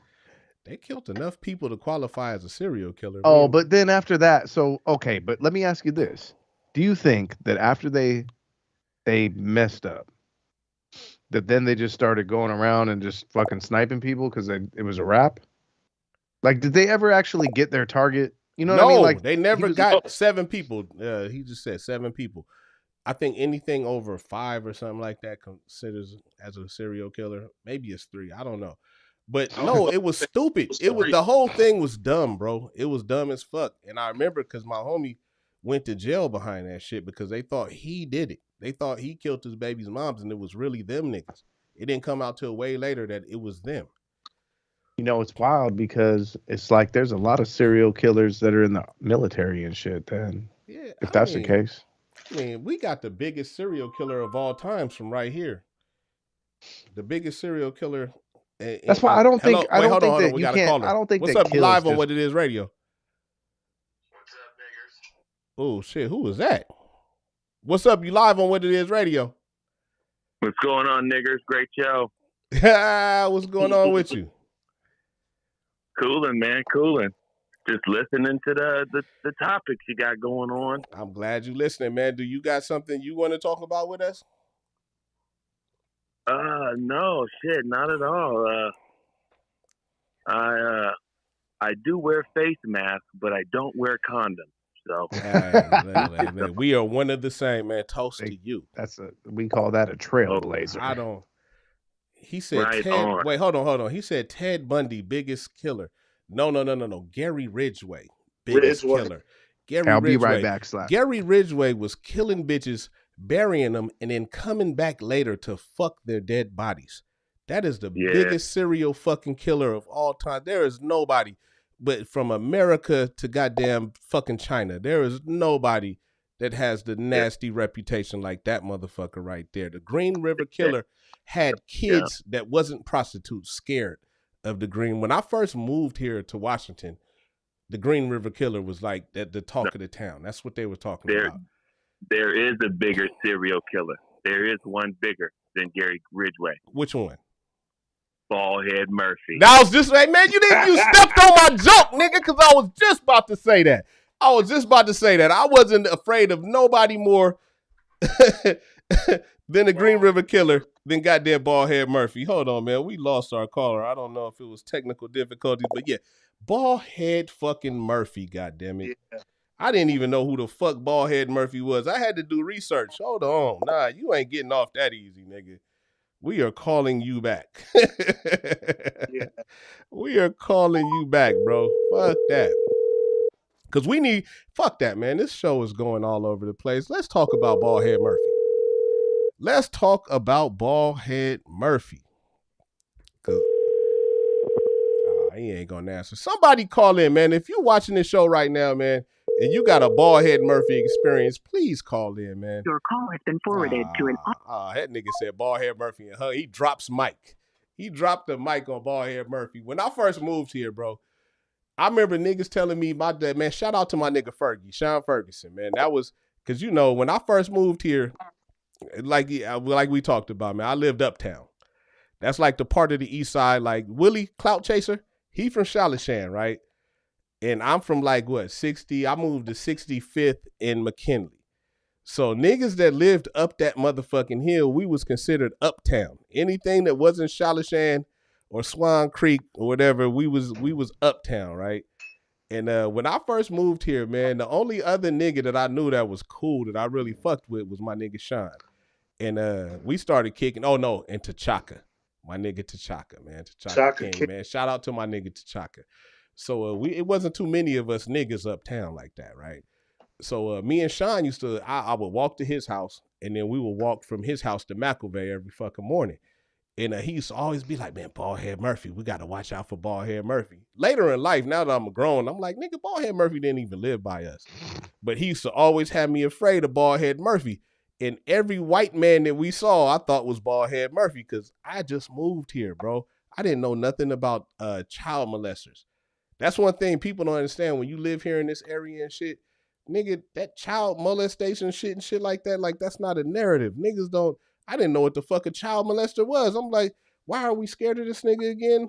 Like, what is he gonna do to us? And when I figured out what a child molester was, I was terrified, nigga. Like, what the fuck? Like, nigga, fuck Washington. I want to go home. Fuck this shit. But man, I mean, every morning, that's all Sean had to do was say, nigga, there go Baldhead Murphy. And we would run the rest of the way to school. Hold on, who's Baldhead Murphy was in the side, neighborhood? That's an east side thing, man. If you ain't from the east side, you ain't gonna know about that shit. I moved from motherfucking California, man. I moved from LA to goddamn east side Tacoma. And the first thing that I was scared of, like, fuck the gangs and fuck all that. Y'all niggas didn't even have gangs when I moved here. Like, it wasn't all that shit. When I moved here, nigga, the most fearful thing out here was Baldhead Murphy. Baldhead Murphy. It was Baldhead Murphy. I was scared to death of this nigga because I had never heard of a child molester where I lived at. Like, hey, bro, but I'll tell you what, man. Even beyond, you said Baldhead Murphy. Nigga, no, there's nothing else. That's a Tacoma legend. No, bro, That's was Tacoma something Freddy else, Krueger. bro, dude, there was something else. What, Donald? You remember from Bird Park? No, do you remember Wesley Allen Dodd? Wesley Allen? Who? Nope. Hell no. Don't ring off like Baldhead Murphy. You got to ask Baldhead Murphy, man, dude. Everybody's scared of Baldhead Murphy.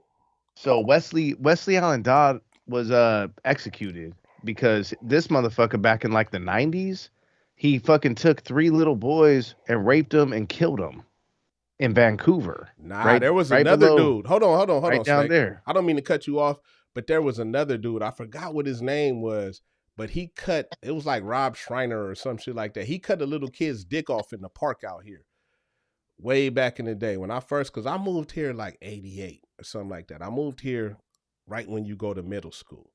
Wasn't that at Wapato? It was at one of these parks out here. He cut a kid's dick off, and I remember that. Like, I was like, God damn, nigga, they cut niggas' dicks off out here. You know what I'm saying? But it still didn't have the ring that Baldhead Murphy had. And hey, you know who that kid was? No.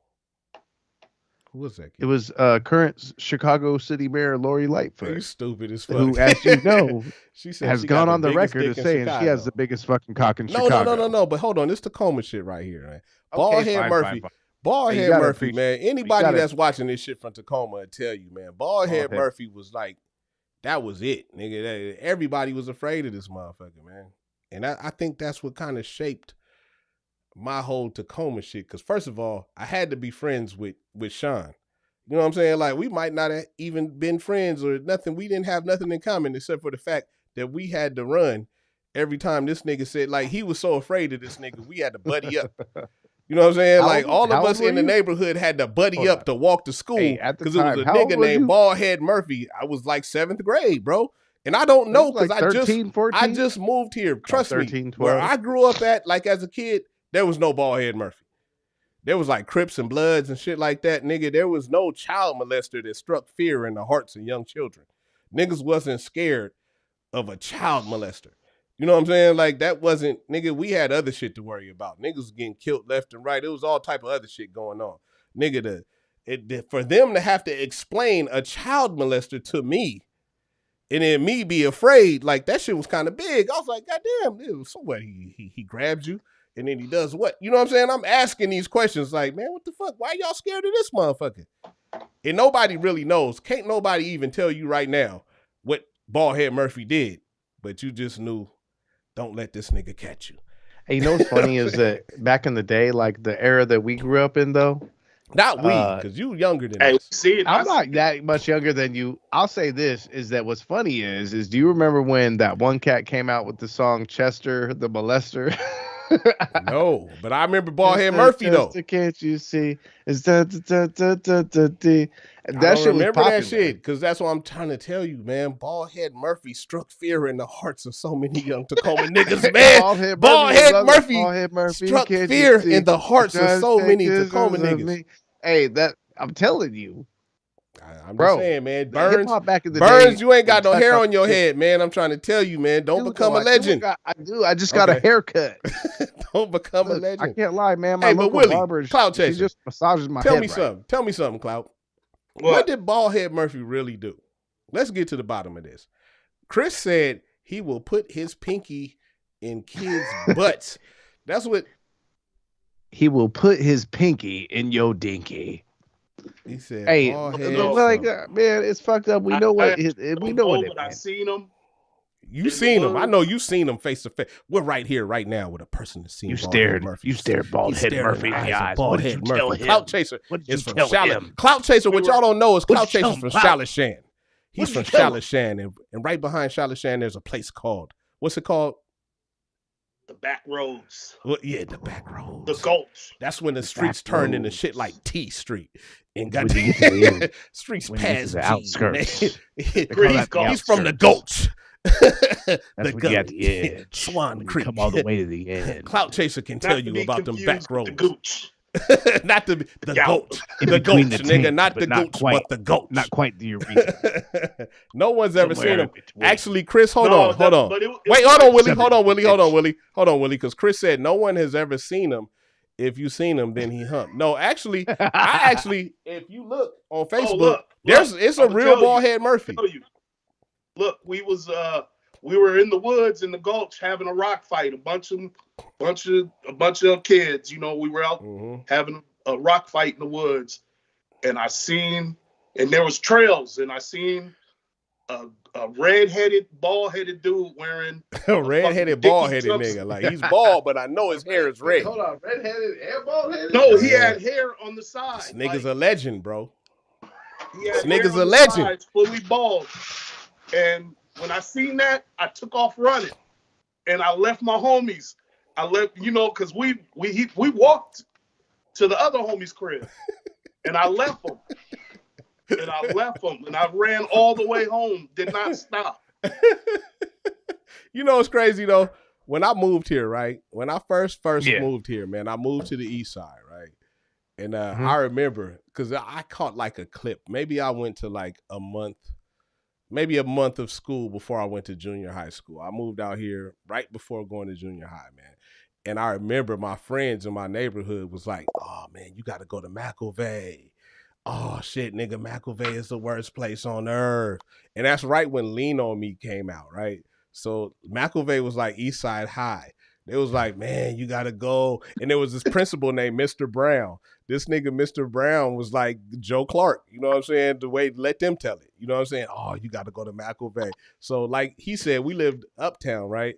So uptown, we gotta go down the hill. We gotta go down this hill and then go down the street and then go to McElvey. All my other friends that lived in my neighborhood, they went to Stewart.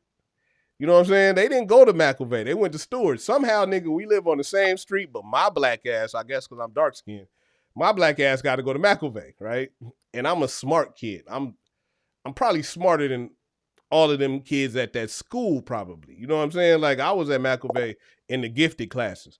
You know what I mean? But I had to go to school with them, and I'm trying to figure this shit out, nigga. You got Baldhead Murphy, you got McElvey is the worst school, you got all this motherfucking shit going on, man.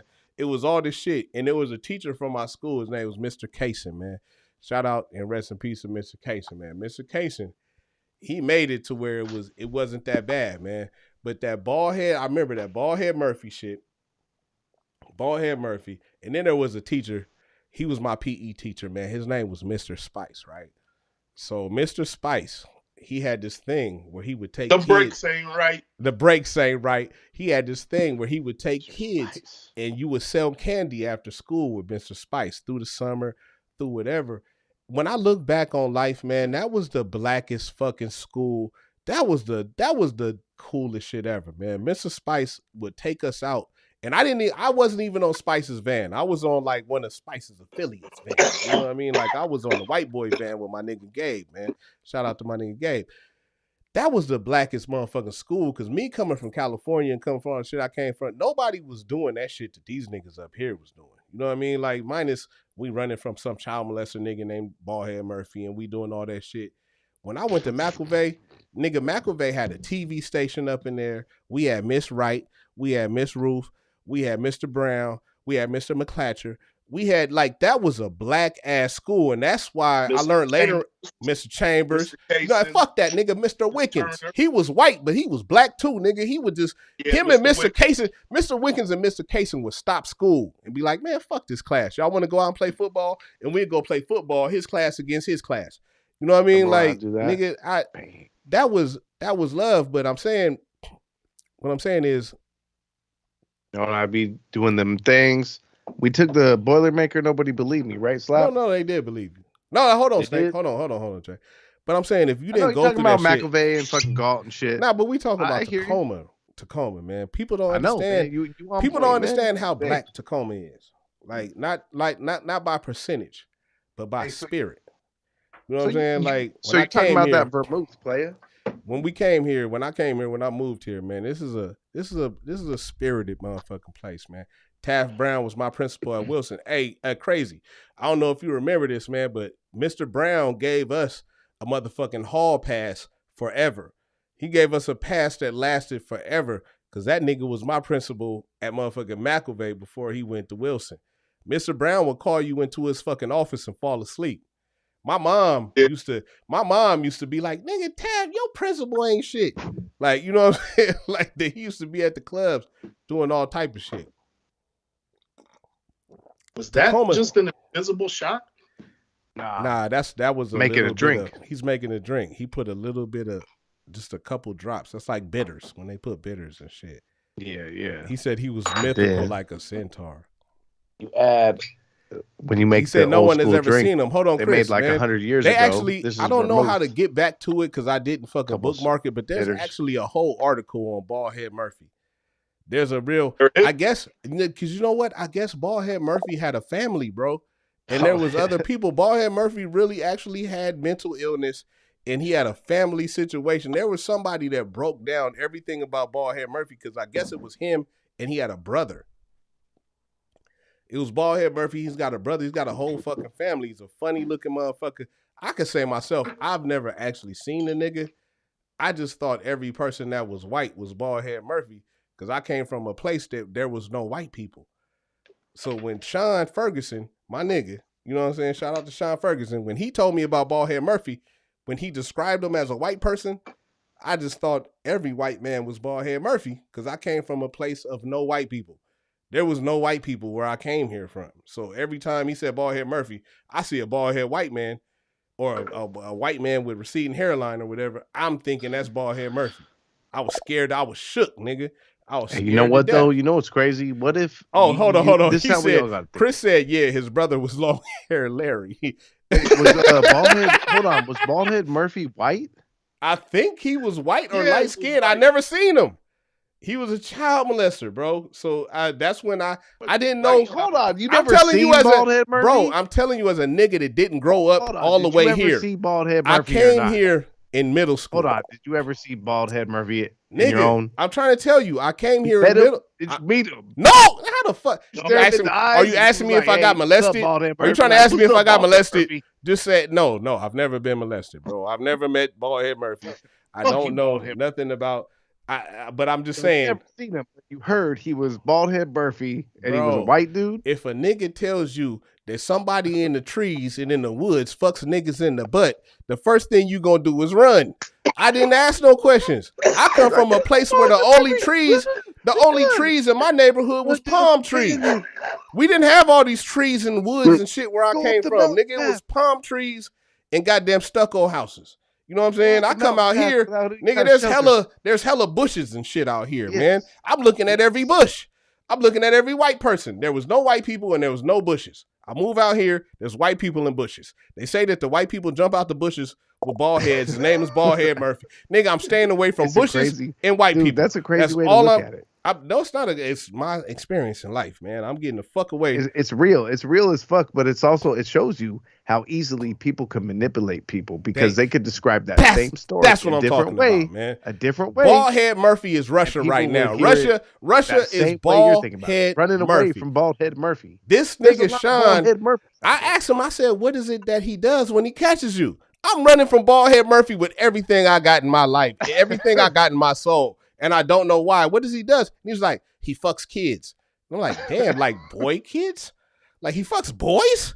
I ain't never heard of no shit like that. I've heard of. See, I didn't hear that. I heard he killed motherfuckers. I heard he fucks them. Hey, you know what I'm saying? And I'm not Bald-head trying Murphy to get had fucked. a pet cemetery on Bro, Halloween night. It burns. The thing Dug about the it dog is up. the fact that you don't know who Bald-head Murphy is says a lot. You know what I'm saying? That's what black people go through, man. You know what I'm saying? Like us in this motherfucking city, that's probably why shit be so crazy and lit how it is, because we got other shit going on. We was scared of Bald-head Murphy. You know what I'm saying? Like, nigga, we was scared of some shit. Bro, we all have our it may or Bald-head may Murphy. not, it may or may not have even been real. But we scared to death. Like, imagine being a kid in this day and age and you scared of a child molester. Now they got whistles. They got apps on the phone. They got Amber Alerts. They got Amber Alerts now. You can just Amber Alert. But back then, you know what it was? It was like yelling Bald-head Murphy and running. You know what I'm saying? That was your Amber Alert back then. Nigga, Bald-head Murphy! And everybody take off and run. Everybody take, oh shit! You don't even know which way you're running. You gonna run whichever way you run, but you just know, nigga, the fear of that name, nigga. The fear of that name. I have associated bald-head white men with raping people for the most of my life. I feel like it's a sad state, man. I mean, it makes sense. It does. It red fits hair the criteria. White people creep me out, nigga. You're hitting the right stereotype. I'm just saying, bro. It's all types of nope, Curtis. So oh wait, no. Hold on, stop. Let's go through these comments, man. Shout out to everybody watching us, man, and commenting. He said the Murphys were real, family. My fam knows them. Curtis, maybe you need to call in. Chris said Bald-head Murphy is the man Tacoma Mall with the no, that ain't Bald-head Murphy, Chris. That is goddamn, what's that nigga name? He got a name. He said the colorful suits. That's not him. His name is something else. Hey, that was what's that nigga's name? I know that guy. Hang out in front of Nordstrom's. I know that guy. His name's not. Fuck. What is his name? I don't know, but like, did he? No. You know that dude. What the fuck he didn't own the mall. Like, hey, but he got no stop. He got a funny story behind him too. Hey, what's up with that? What's that nigga's name? What is his name? He's got a name, and just the fact that I just read that comment made me forget it. He was, but I know that nigga's name. He was in the. His name is Johnny. His name is Johnny, bro. That nigga's name is Johnny. Yeah, he was spruced up. I don't know why, Chris. I don't know why you don't just call in, bro. Just call back, nigga. He said, yeah, they said he humped butts and killed shit. Yeah, Bald-head Murphy had me shook when I first moved. I didn't even have time to be scared. I was never scared of Crips and Bloods. I had some troops, nigga. I remember my parents got me some troops, nigga. And I remember there was a nigga when we was in McIlvain. They said, nigga, them Crips is gonna come. Because I remember when it was East Side, when it was EGC. And it was like, nigga, them Crips gonna come get at you about them red shoes. And I was like, nigga. You know what I'm saying? Like, damn, now I can't wear the shoes because y'all got Crips out here now. Like, I just left from all that shit. He said, can't call right now. My grandpa whooped that ass at the old Dairy Queen that used to be up for. Was that Dairy Queen or Dairy Dale? Was it Dairy Queen or Dairy Dale? Dairy Dale. He said a couple of brothers had the disease of no body hair. I forget the disease name. Don't know where the legend came from. Curtis, call in, man. If you know the Bald-head Murphy family, Curtis, do us a favor and call in, man. You might be able to clear them niggas' name. Yeah. Johnny Suits. Yeah, that nigga's name was Johnny at the mall. Because I know, because he went to fucking church. Man, I have a funny ass Tacoma history, man. I came Dairy Dale. Yep, Dairy Dale. I remember because I have a funny Tacoma history, bro. So shout out to my dad, man. Rest in peace, man. My father just passed. But I moved out here because my pops was in the Air Force, right? And my pops was the type of nigga, even though he was in the military, he hated the military, my nigga. He wasn't a patriot or no shit like that. He hated that shit. It was like one of them things, like my pops is old, so he was one of those people to where the military was to keep him from going to jail type shit. Like, you know what I'm saying? Like you catch a case and then you go up before the judge and they say, well, if you go join the military, we won't send you to jail type shit, right? That's how my pops got in the military. So he never liked it. So by the time that we moved here, because we've lived everywhere. You know what I'm saying? We've lived all over the place. You know what I'm saying? My pops, I've lived in Alaska, my nigga. You know what I'm saying? Like my pops has lived in Greenland. You know what I'm saying? Places where niggas don't go. My pops we've been everywhere. You know what I mean? I've lived in Mississippi. We've been all over the place. So by the time we got here, it was at the end of my pops' military career, right? So when we got here, he was already just like, man, fuck this shit. Fuck all this shit. I don't want to be here. He's explaining to us why we got it. This is where I'm going to retire from type shit. You know what I'm saying? This is where my pops left the military, and this is where we ended up living. But we from California. You know what I'm saying? Like, we from LA. Yeah. So by the time we got here, it was so much weird shit to where he couldn't even keep up with the shit. Because when I'm coming back to my pops talking about Baldhead Murphy and this and that, he's like, what? Like, nigga, I'm thinking this is a nice place. Like, but it wasn't. You know what I'm saying? Like, that's when the hilltops are. I remember my cousin, when I first moved here, because I got a cousin, my dad's brother lived out here too. That's how then he told me about the Hilltop Rockers. When I first moved here, I remember me and this nigga went to see RoboCop at the Dollar Theater. Remember where Champions is right now, the bar Champions? There was a dollar movie theater right there back in the day. And we went to go see motherfucking RoboCop at that dollar movie theater. That's where Champions is right now.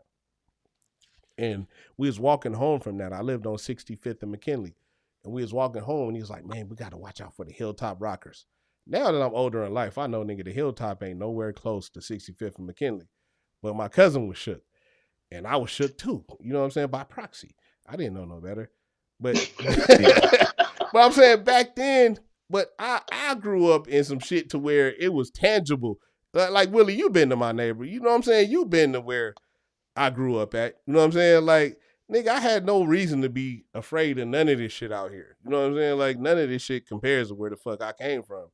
But just looking back, it's like, damn, nigga, when you're a kid, you're hella impressionable. You know what I'm saying? Nigga tell you about Baldhead Murphy, you don't even know what Baldhead Murphy do.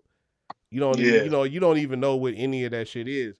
I never had to be afraid of any of that shit, but I still was because other niggas around me was afraid. You know? And moving out here, man, I really saw shit for what it was, man. Because when gangs came out here and all that type of shit, it was at least 4 or 5 years before I had seen all that shit before that for myself. You know what I'm saying? I got family members. That's for my family. I had seen all that shit before. All that shit's old to me. You know what I mean? I'm more afraid of Baldhead Murphy than any Crip. You know what I'm saying? I'm not afraid of Don and Kali and all the, you know what I'm saying? Like, I'm not afraid of none of these niggas out here more than I'm afraid of Baldhead Murphy.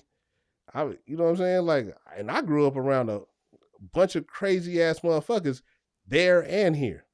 Like, I seen all the crazy niggas. Nigga, going to McElvey, I'm telling you, McElvey was like Eastside High. Going to McElvey is where the beginnings of all that bullshit was in my era. Like, we had niggas that was like serial killers. You talking about serial killers. We had serial killers back then in school. Yeah. You know, we had a killing ass class. Oh, my nigga Samat. You know what I'm saying? Like, the Cambodian homies. We had all types of wild shit. Nigga, even when they did that shit. When everybody from McElvey left and went to Falls. You know what I'm saying? Like, we had crazy niggas in our class, but that shit still didn't trump Baldhead Murphy. I don't even know where I started talking from. I'm just saying, man.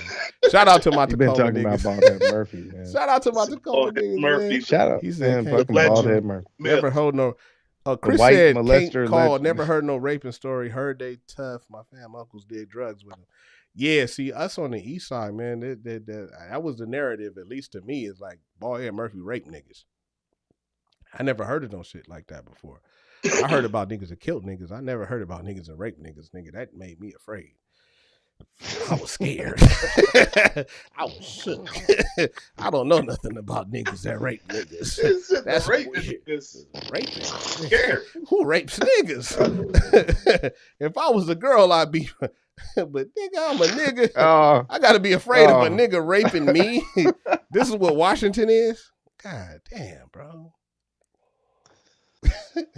Have you ever had to deal with that, though, Burns, man? Did y'all have Baldhead McCurtsky? Murphy going? We had Baldhead Murphy going up in Southside Baldhead Smithers, nah, man, or some shit like the that. The Chardonnay Masquerade, nah. You grew up in a fucked up neighborhood too, though, man. You grew up off of Hosmer, motherfucker. You had to have something. See, you know what? Hey, yeah. Nah, Hey, man. wait, hold on. There. Burns, don't say nothing. Clout, you know what it is? We grew up being afraid of Baldhead Murphy, and white dudes grew up being afraid of Samoans. I don't know what it is, but every white friend I have do not. They're like, man, fuck that, man. I ain't going there. It's Samoans. Well, hey man, you gotta be real. You gotta be real about it. But, Think about it. and White for dudes, real. white dudes in general are little tiny dudes. They're not big. Samoans naturally are big as fuck. So they're gonna have the advantage as a whole. Like if they came through as a clique around one little white dude, he'd be dead. He'd be dead. But you don't understand, like me being black, I've never been afraid of Samoans. Like, cause I've never well, you got to think about that too. Like that, a lot of shit has to do with body size, build, the way people are framed. Like Europeans are tiny little. I'm saying people. I know Samoans is big, but I've never had a problem with Samoans because we've always got along. We've never had an issue with Samoan. I've never had well, there's been one time, but I've never had like big issues with Samoans. Like, you know. Just like Baldhead Murphy. I don't think white kids grew up with the same fear we grew up. I think that's one big ass difference between white people and black people that white people never understand is that niggas in general, we grow up with fear. From the minute that you're born as a black person, you have a fear. Because even Black History Month in itself, what do? They show you all of the struggles that we went through. They show the dogs biting niggas. They show the fucking water hoses turned on. Right. Niggas. They show you we all should be scared, man. We should be scared. I'm saying we have fear built into us. We're fucking floating on a big ass lead rocket in outer space. We have fear built into us as soon as we're born. They show us to be afraid. We should. And white people aren't afraid of shit. You guys get to be born. White people y'all motherfuckers will walk right up to a lion. They got Siegfried and Roy. Everybody was afraid. Siegfried and Roy are two gay motherfuckers, right? Bro, they might be afraid of everything else in life. We all had a bald head Murphy. They ain't afraid of them goddamn lions. Bald head Murphy could have been Thai. He could have been Latino. He could have been black. He could have been Asian. Yeah. Look, Chris said white kids grow up fearing Jamals and Raekwons, but they never fear jumping. True. They never fear jumping off that cliff. They never fear goddamn taming that hyena that they keep in there. They never fear playing with that snake. I'm just saying they never fear. We have been bred to fear white people. Baldhead Murphy, from my understanding, was white. But if you think about it, everybody was bred to fear everybody. Like not just black people, white people, black people. That's my whole point. I'm not anytime, lying. place. That's my whole point. I don't feel like everybody does that to everybody. But the thing is it's weird because a family can take steps and make moves and do things that a lot of individuals can't do. And when people do operate as a family, they have a culture and they make it happen. When you're just an individual, you can't get past that. They're gonna get you. But I guarantee. But Burns, every time. Burns, hear me out, right? There's me right here, right? There's me. There's Clout Chaser. There's Chris in the comments, and then there's my homie. Shout out to my homie Trey. I don't know what he calls himself on Facebook right now. Hold on. Let me go back. Devin Makeway Adams, right? All four of us have told you about Baldhead Murphy, right? So when you say an individual in the family, me, Cloud Chaser, and those other two, we're a family in the fact that we were all afraid of Baldhead Murphy, right? The fear will collectivize you, right? And that's the fucked up part is that we had something to fear off top. You know what I'm saying? Like we shouldn't have never feared that motherfucker. Really, what should have happened is as a community, we should have stomped him the fuck out. We should have been able to kick Baldhead Murphy. We should have been able to kick Baldhead Murphy the fuck in. Beat on sight. We should have got Baldhead Murphy out the paint. Where I come from, nigga, we would have got Baldhead Murphy. Nigga, you doing what? Nigga, you're out of here. But the fact that, you know what I'm saying, like when you're a marginalized part of society, when you're a smaller part of society that doesn't feel like the law is on your side, you can't even do the things that you have to do to take. And I guess that's like we talked about the news earlier. That's why I feel that way about Russia and Ukraine and shit like that, man. Because I've been the fucking lesser guy all my fucking life. Let society tell it. You know what I'm saying? Why the fuck would I feel sorry about some motherfuckers that, you know what I'm saying? Like my treatment hasn't been good in America, my people haven't been treated great. Why the fuck would I sympathize with some shit? Nigga, you white. Shut up. Go with it. Because we had to go with Ballhead Murphy. One white man terrorizing the minds of black children. You know what I'm saying? Terrorizing niggas with muscles. Everybody was scared of this nigga. It wasn't like, oh, the scary bitch ass niggas are scared of Ballhead Murphy. Nigga, everybody he runs 3 miles. Everybody across the fucking board he was scared. Swims at the fastest was scared leg. of getting molested by one white man. That one white, or even if he was white or Goes not, into the that water one against the white current. motherfucker terrorized a generation of niggas. Maybe Ballhead two. Murphy rode a dolphin. He never into even the had to atmosphere do of your nothing. That ass. one, just Right knowing, here. just the knowing in your head, you can't kill Ballhead Murphy. He's gonna pop Ballhead up. Murphy. And this is the time when This Freddie. summer coming for you. This is the time when Freddie was around. And when Jason, nigga. white people made In your movies. dreams, in White your people sleep, made in your movies to make you think even when you killed them, they'll pop back up. You know what I'm saying? Like the legend of Ballhead Murphy will never go away, nigga. He's probably still around. I bet them kids that go to First Creek. It's not McElvay no more. It's First Creek. Them kids at First Creek probably still scared of Ballhead Murphy. It's a legend. The legend of white booty takers, nigga. It's never going away. It's never leaving. The booty. Black people have lived under oppression, nigga, for too long. Oh, that's stupid. Fuck out of here, man. You want me to feel Perverted bad? ass You white want me to people. feel That's what bad it for all the comes Ukraine? back to. I What feel it all bad comes for back First to Creek, nigga. Perverted ass white people. That's what it always comes back. Yes. Sounds like a Lifetime movie. Hey, every black prostitute I know got a weird white guy story. I think there's some kind of energy there, though. You know, we got to grab from it, guys. Like we got to take that perverted white people energy and just, you know, they have something going on. They formed their own star. Like, think about it. The white people have formed a star of perverted fucking white people energy, and it's just gonna blast off like a supernova. We got to get on that too, right? See, you just got done telling us we got to get on weird white people rapo energy. Like, listen to you. What it is, radio. What it is, radio, you man. Did it. What it you is. Did it. You what did it it. is. What it is. You made it, man. I'm just saying, man. I just saw an article about that too, man, where they was complaining. They were like, the Russian soldiers are raping the Ukrainian women. And I was like, man, rape is like a part of war. Every time that they motherfucking take something over, they rape the women, just like slaves. Like they rape the women. Every that's part of the spoils of war. They always rape the women. Why are you acting like this is something new? You can't rape the women and then act surprised when someone rapes the women. Like, you know what I'm saying? Like, you can't rape the women and then turn around and get sympathy for someone else raping the women. Hey, stop, man. You gotta cut it off. Stop. One. Ain't Put where your watching. head, player. It's just us, man. Got it. Like, rape the women. Will they rape the women? Why are you telling me to say it? Why are you telling me to stop saying that? It's true. What the fuck? You could calm down, man. It's true. You say that maybe one time. Some people say that and be like, when they whisper it, they wouldn't even say it. They'd be like, the women. So do you whisper? You just came out and said it 100 times. Do you She was whisper like, to the rape victims? The movie 300 raped the women.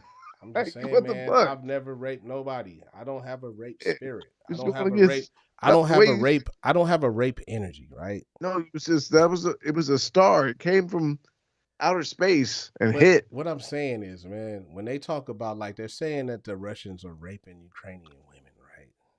Yeah. There's like fucking light skinned whole fucking livelihoods out here. There's a red bones and shit like that, man. That comes from systematically being raped by oppressors. You know what I mean? Like, so how do you expect me to feel some type of sympathy or something as a raped people? You know what I'm saying? Like, those motherfuckers, man. There's Indian people right now. There's Native American people that just look just as white as you, man. And you don't even have to think about why, because you know exactly what happened. They came through and they raped all the women, right? All the brown is gone. You know what I'm saying? Rape is a spoil of war, right? Yeah. When you fucking put that shit on TV and you tell them, oh, they're raping the women. Oh, okay, I get it. I understand how you can feel upset about it, but me, it's no surprise. I don't have the same sentiments. I don't have the same feelings about hearing that shit when everything about my history has been that my people were raped. You know what I'm saying? Or my people were this and that. I was like, well, nigga, it's business as usual. This is just how the world is, from what I hear. Because every time we talk about getting something from all the shit that's been done to us, they say, oh, that's just how the world is. You don't deserve reparations. Everybody got enslaved. You don't deserve reparations. Everybody got raped. Okay, well, shit, nigga, it's your turn. Fuck them Russians. Fuck them Ukrainians. Yeah. They got raped just like we got raped. Let it be. Chris said critical race theory. Yes, that's what's going on. How the fuck? Why is this a fucking worldwide fucking problem? They're doing to them what they did to us. Fuck them. Have that same energy. Have that same energy, man. What it is radio. I'm sorry. Matter of fact, slap yarmulkes. My name is Slap Yarmulkes because I don't get. Hey, look, they always say, man, if you say something bad about the Jews, right? That's where my name comes from, man. I'm Slap. Slap means something like a pimp. Nigga, that's an acronym. But the yarmulkes part, you know what I'm saying? Because if you say something about a Jew, or you say something bad about the Jews, they'll kick you out of media, right? You won't be able to get on in media. Let me come out right now in the beginning. Fuck y'all. I don't even know what the fuck a Jew is. You know what I'm saying? What is a Jew? What the Arabs say is they hate the Jews because they left white and they left black and came back white. You know what I'm saying? Like, fuck that, man. Don't let these motherfuckers turn that narrative. Fuck them. Let's say fuck them from the beginning. He said this is white on white crimes they're committing to each other. Exactly. But what about black on black crime? You know what I'm saying? Like, what about it? A lot of people commit a lot of crimes. Everybody commits and you crime. can spot it from a mile away. Crime is proximity. People pay attention. Crime is proximity. They get by. They know what they're doing. Them Russians are committing crimes on people against each other. You know what I'm saying? They're committing crimes against other white people. But as soon as, nigga, I shoot somebody that looks like me in Clout Chaser, now it's black on black crime is a problem. You niggas is over there fucking nuking each other. You niggas is over there vaporizing each other. Y'all shoot missiles at each other's apartments. I came into the apartments and I shot a nigga that I had a beef with over a couple dollars. You know what I'm saying? But you're blowing up the whole fucking apartment building. Or, you know what's crazy, or though, your ideologies has made it to where you filled the truck with fertilizer though, and blew up the whole daycare. You got to understand, though, white people are so widespread. They're so not, widespread. Though. They are. They so widespread that they're from all sorts of part of all of Europe. White people all the way to Russia, all the way to Spain. In the globe, whole shit all the way down. Hold on the globe, white people are a minority, bro. They are. White people are a minority. When you say shit, widespread as far as y'all motherfuckers done went everywhere else, but not widespread like there's so many white people. That they're all over there though. And it's all like, think about it. The Russians are the last white people that are doing something wrong. What are they doing wrong? Fighting against other white people?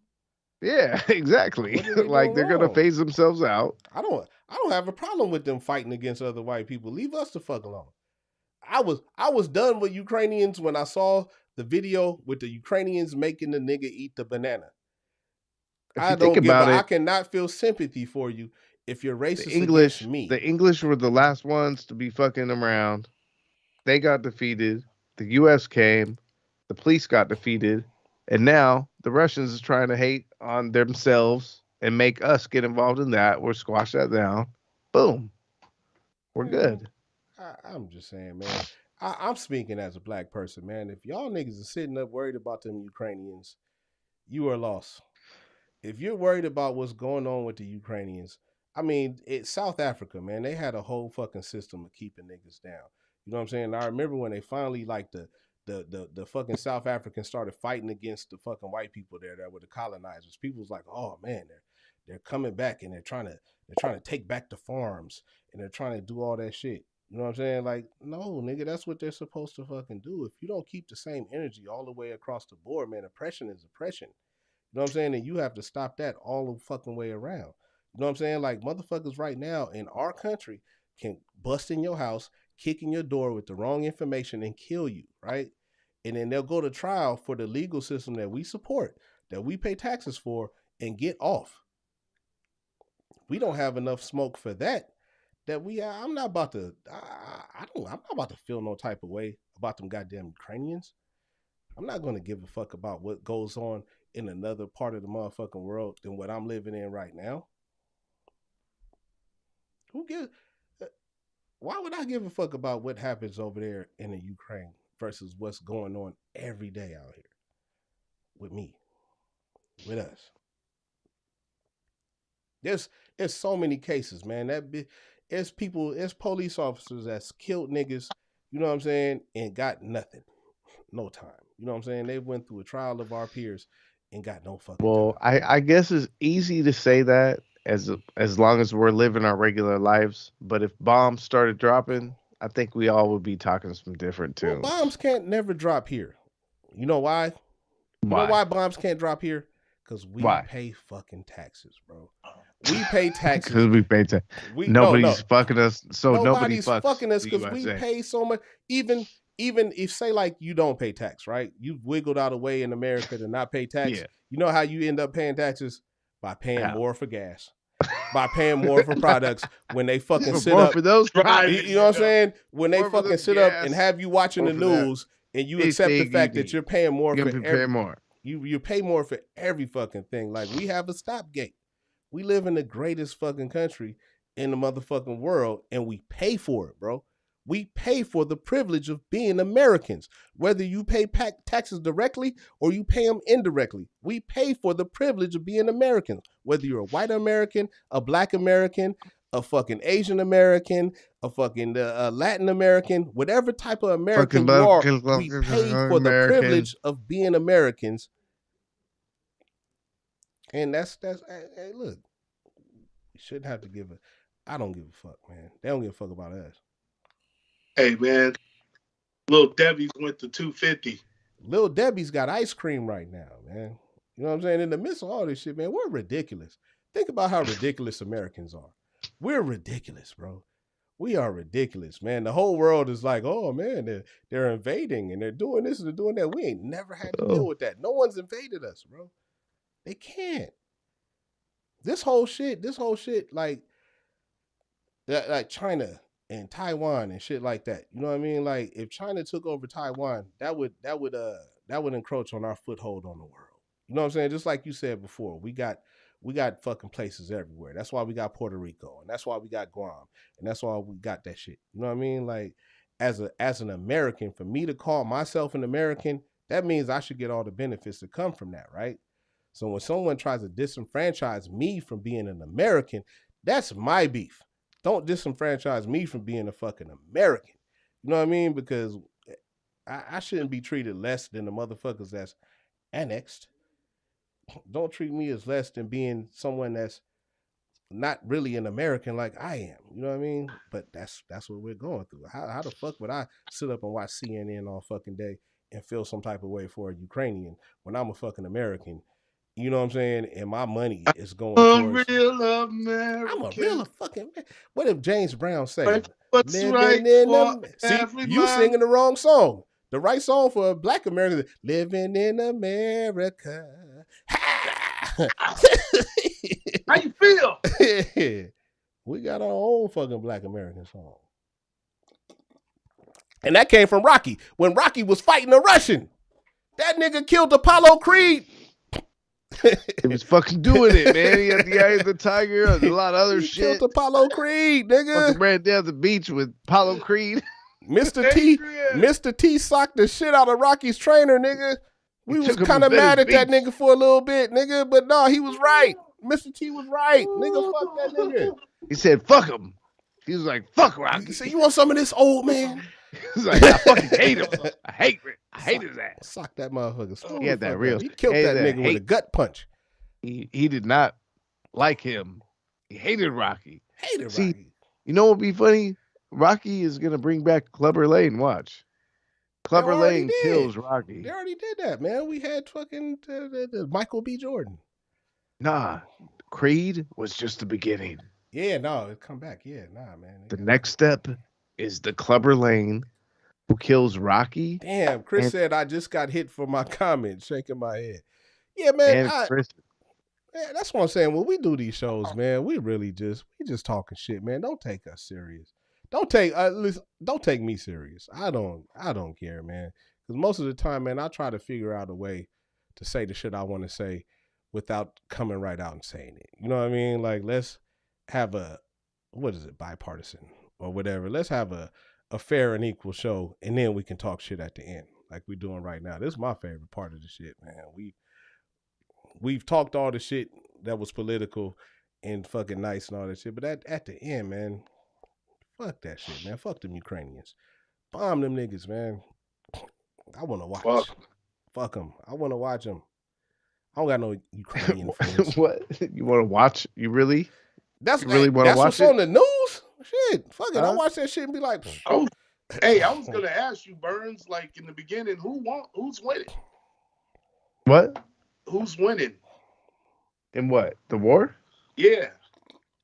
Like are the he don't fucking know. He's Italian. White people are not a monolith.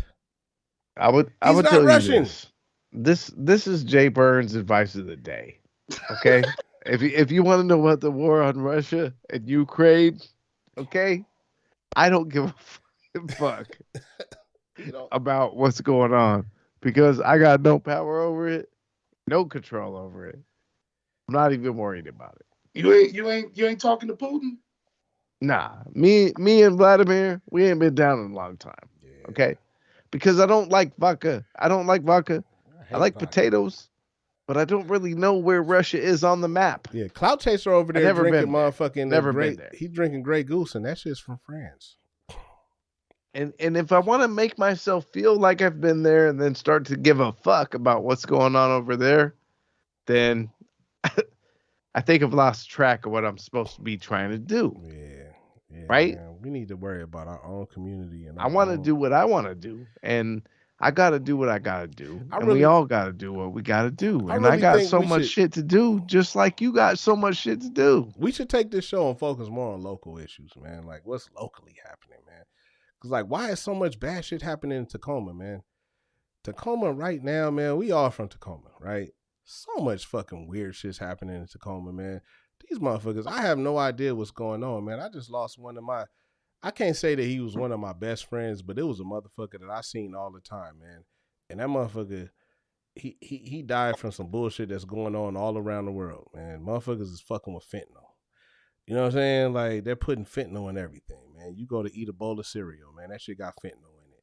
You know what I'm saying? You go to do whatever, man. Like, it's other things that are so much more important to us, man. You know what I mean? Like, there's so much other shit that's so important, man. Fuck the news. That's why this is what it is radio, man. Somebody got to come out and say, fuck the narrative.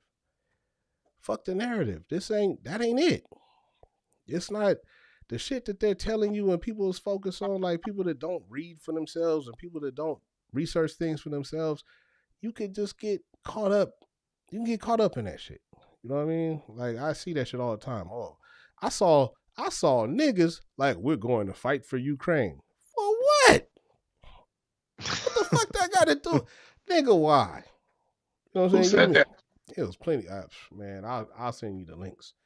You know what I'm saying? Like, motherfuckers, but maybe they're clout chasing. Maybe they're chasing clout and saying that shit. You know what I'm saying? So they get attention. What we really need to fight is attention. Because attention, that's a war. That's a whole nother war on itself, man. Like, this attention generation, man. Motherfuckers just want attention. Us included. You know what I mean? We're doing the podcast and shit. But, man, I want attention for the right reasons. I want to change the way that you think about shit. Like, all of this shit don't matter. None of this shit matters. You know what I mean? Like, what matters is what happens around you. You know what I mean? Them gas prices being up and shit like that, they're only up because you fed into them being up. If you just rejected that shit, it wouldn't be up. It wouldn't be up. If they raise the gas prices and you just stop buying gas, it would go down. But you can't. You know what I'm saying? You're stuck. It's a cycle. I mean, if you rejected COVID and said I wasn't going, and that's the crazy part about the whole Trump shit, because when they had the anti-mask movement, I was one of them people like, bitch, put on the mask. But now when I think about it, you can't just let motherfuckers tell you what to do and how to think. Them motherfuckers was right. Nah, we We needed that herd immunity because I caught COVID, but I got the watered down version of COVID. I got the shit that didn't mean shit. But then after I got that, I can't get COVID for however many months after that. You know what I'm saying? Like I've already got it. It's in me. That shit built up my immune system to COVID. I don't got to wear the mask no more, or at least for this many months. That's why we're taking the mask off March 12th. You know what I mean? Festivals is back. Coming up. Big ass crazy concerts are back. Everything is fucking back. Yeah. Because it died down, just like motherfuckers said in the beginning. Oh no, herd immunity. That's what'll fix it. But we didn't go with herd immunity because that wasn't a narrative that was pushed. But if we would have went with the herd immunity push, we probably would have got through this shit a little bit faster. Fuck it, man. Let's all catch it. Let's let this shit die down. It'll turn into the flu. I remember motherfuckers saying it was the flu, and they was right. Shit might have got bad for a while, but after a while, it ended up being the flu. Because when I got it, it felt like the flu. We all got it, man. We all fucking got it. Get it? So now it don't matter. It's like it's cold sore. Like some people get it. But you know what? Like I said, all due respect, man. Like I said, man, my father caught that shit. And I get for people with compromised immune issues, you know what I mean? People with that, okay, I get it. But that's no reason for us to stop our shit. I'm fucking 40. I'm about to be 46 years old next week. You know what I'm saying? This is tribute. I still got a lot of life left in me, man. I can't just... My life got fucked up due to COVID, man, because I was scared as fuck. I got in an accident. You know what I'm saying? I fucked my lungs up. I fucked up all type of shit, man, from riding my motorcycle. You know what I'm saying? And now, with this bullshit going on now, nigga, that's probably the only vehicle I can't drive is my motorcycle, because gas is up. Man, this shit is a whole thing, man. We are in the Matrix. We're in it. They're making shit up. And we're living through the makeup. And tonight, wake up. We're living through the makeup. So wake up. So what's going on, man? Is there any breaking news? Breaking news. I'll tell you breaking news, man. I'll tell you breaking news right now, man. Did you hear about? No, are you familiar with Spanaway and Roy Y, whatever? Last night, man. Last night, 2 people got shot in Roy Y. What happened? A little small rinky-dink white town in Washington, USA. You know, they were down at Beecher's Meats. I'll tell you what it is, man. Stanley's Meats. White people in Washington right now are wilding the fuck out. You know what I'm saying? Like they're robbing everything. They're stealing all the cars. They're robbing all the stores. They're robbing all the banks. They're the wolf in the Riding Hood. White people are going the fuck. White people are out of control. White people stealing all the Cadillac converters. They're doing all the drugs. They're stealing all the metals. Think about it. How could you sell a catalytic converter? Fuck how you can steal one. How can you sell it? Stop buying them. Living in the tents. Hold on. On the edge of town. Stop buying them. All we got to do is the people that buy catalytic converters, go lean on them. Hey, bitch, stop buying them. We're not going to let you. Who is buying Cadillac converters? They should be stopped. Whoever the fuck it is. Stop them. Shoot them. Hey, they should be getting caught. Like whoever sold that shit. Down the street from my house now. Down the street from my house, there's 3 motorhomes, right? One of them has a tarp over it, right?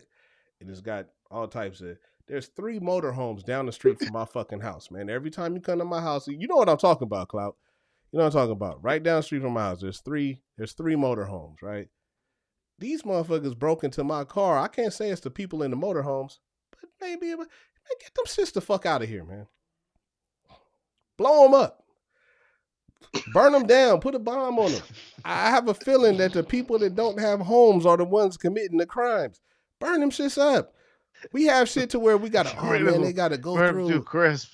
They gotta go through and they gotta fix. They gotta. Where they gonna go? Hey man, outside of that, I was going to the casino the other day, right? And there's a street. I don't know what street that exactly is, but when you go in the Emerald Queen Casino, there's a gas station that got the cheapest gas in Tacoma right there. And there's a street that goes from downtown and it goes to.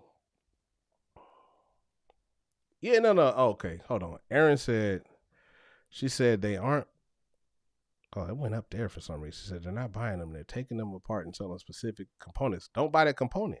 It's some metal in them. Yeah, we know that part. Stop buying that shit. Stop that trade at all. Because I promise you, if niggas was stealing livers, you know what I'm saying? There would be a check. Like, hey, man, we ain't, fuck that. We can't buy livers no more. Because these niggas is getting them the wrong way. If it was something that was, you know what I'm saying? Like, they're getting the catalytic. Hey, man, he's like, man, this doesn't even make any sense. It does. Like, we're It does. Why the fuck? We're up in the fucking hemisphere. But I'm just saying, why would you keep a catalytic converter market open? If the problem, it was like took the shit was gonna talk about muscles and no, shit. Burns, like, hear me. Burns, hear me. If the problem Goddamn. if the problem is people stealing catalytic converters, you know what you do? You stop the market for catalytic converters. Cut it out. Where's the market? Where's the market? I don't know. There has to be a market for the fucking catalytic converter market. But there is one. There is one. I don't know where it is. It's a big problem locally. It's not Russia. It's not Ukraine. Okay. I don't know. Maybe some Europeans into it or it's Americans. It's Americans stealing catalytic converters, man, from other Americans, man. Stop whatever that metal is, like she said. They love the CCs. Aaron said there's a specific component in it. We know what that component is. Stop that. Stop that component. That shit doesn't sell no more. Stop it.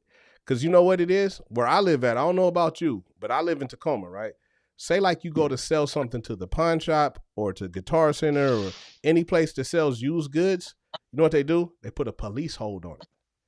And you can't motherfucking, there's shit they have in the store that you can't buy because they have to wait to see if it's stolen, right? Put that on metal. What? Yeah. What do you mean? Wait. Hold up. What do you mean they gotta see what a stolen hold? They have a hold. So say like you go to sell something to the pawn shop, right? Yeah. It can't go into the pawn shop and then be sold to the next person for a while. You have to wait. She said platinum, palladium, rhodium. Yeah, we know this. You know what they're doing with that shit. Exactly. Stop trading those things. And then it'll stop because it won't be worth nothing. But no, like for instance, right? Because we deal with music equipment. We do music, right? So say like I go in the Guitar Center, which I've done recently, right? There'll be like a piece of equipment. It'll be an MPC, a pair of speakers or something like that. But it'll be used, right? It'll be in the used section of Guitar Center, right? And I'll be like, oh, cool, that's nice. That's a good price. I want to buy it. And they'll be like, oh, well, there's a police hold on it. We can't sell it to you right now. Yeah.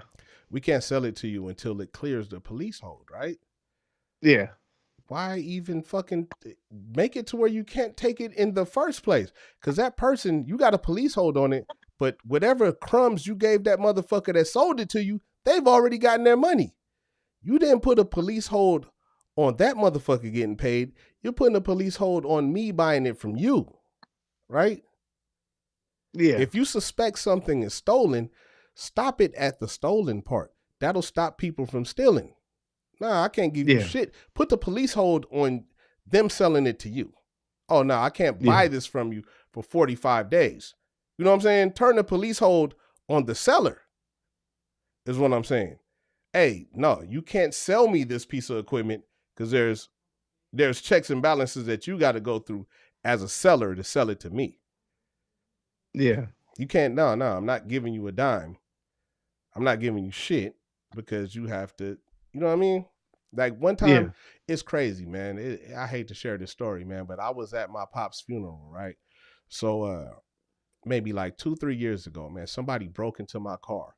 They broke into my fucking Benz, my favorite Benz, man. I had the nice ass CLS with the motherfucking red interior.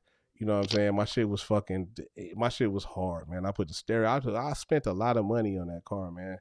And somebody broke into my car and all they took was one of my cell phones that was probably like, you know, however many dollars an iPhone costs.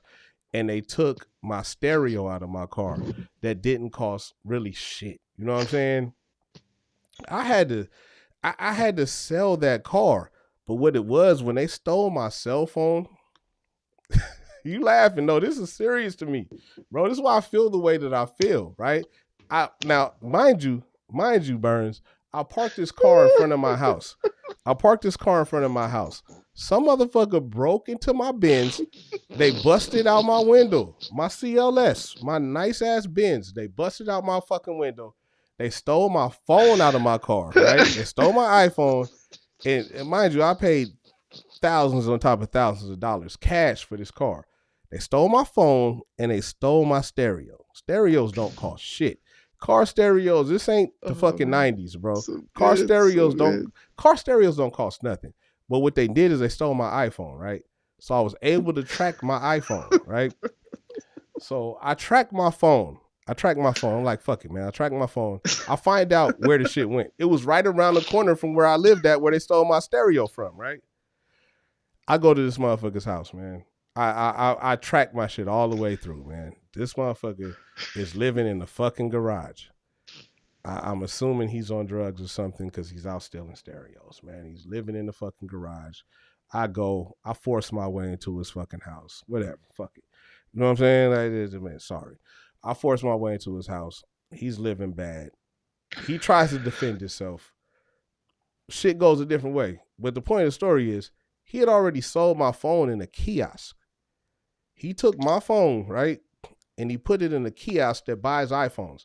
It doesn't matter what documentation or whatever you have. He was able to get cash from putting my phone in that kiosk, right?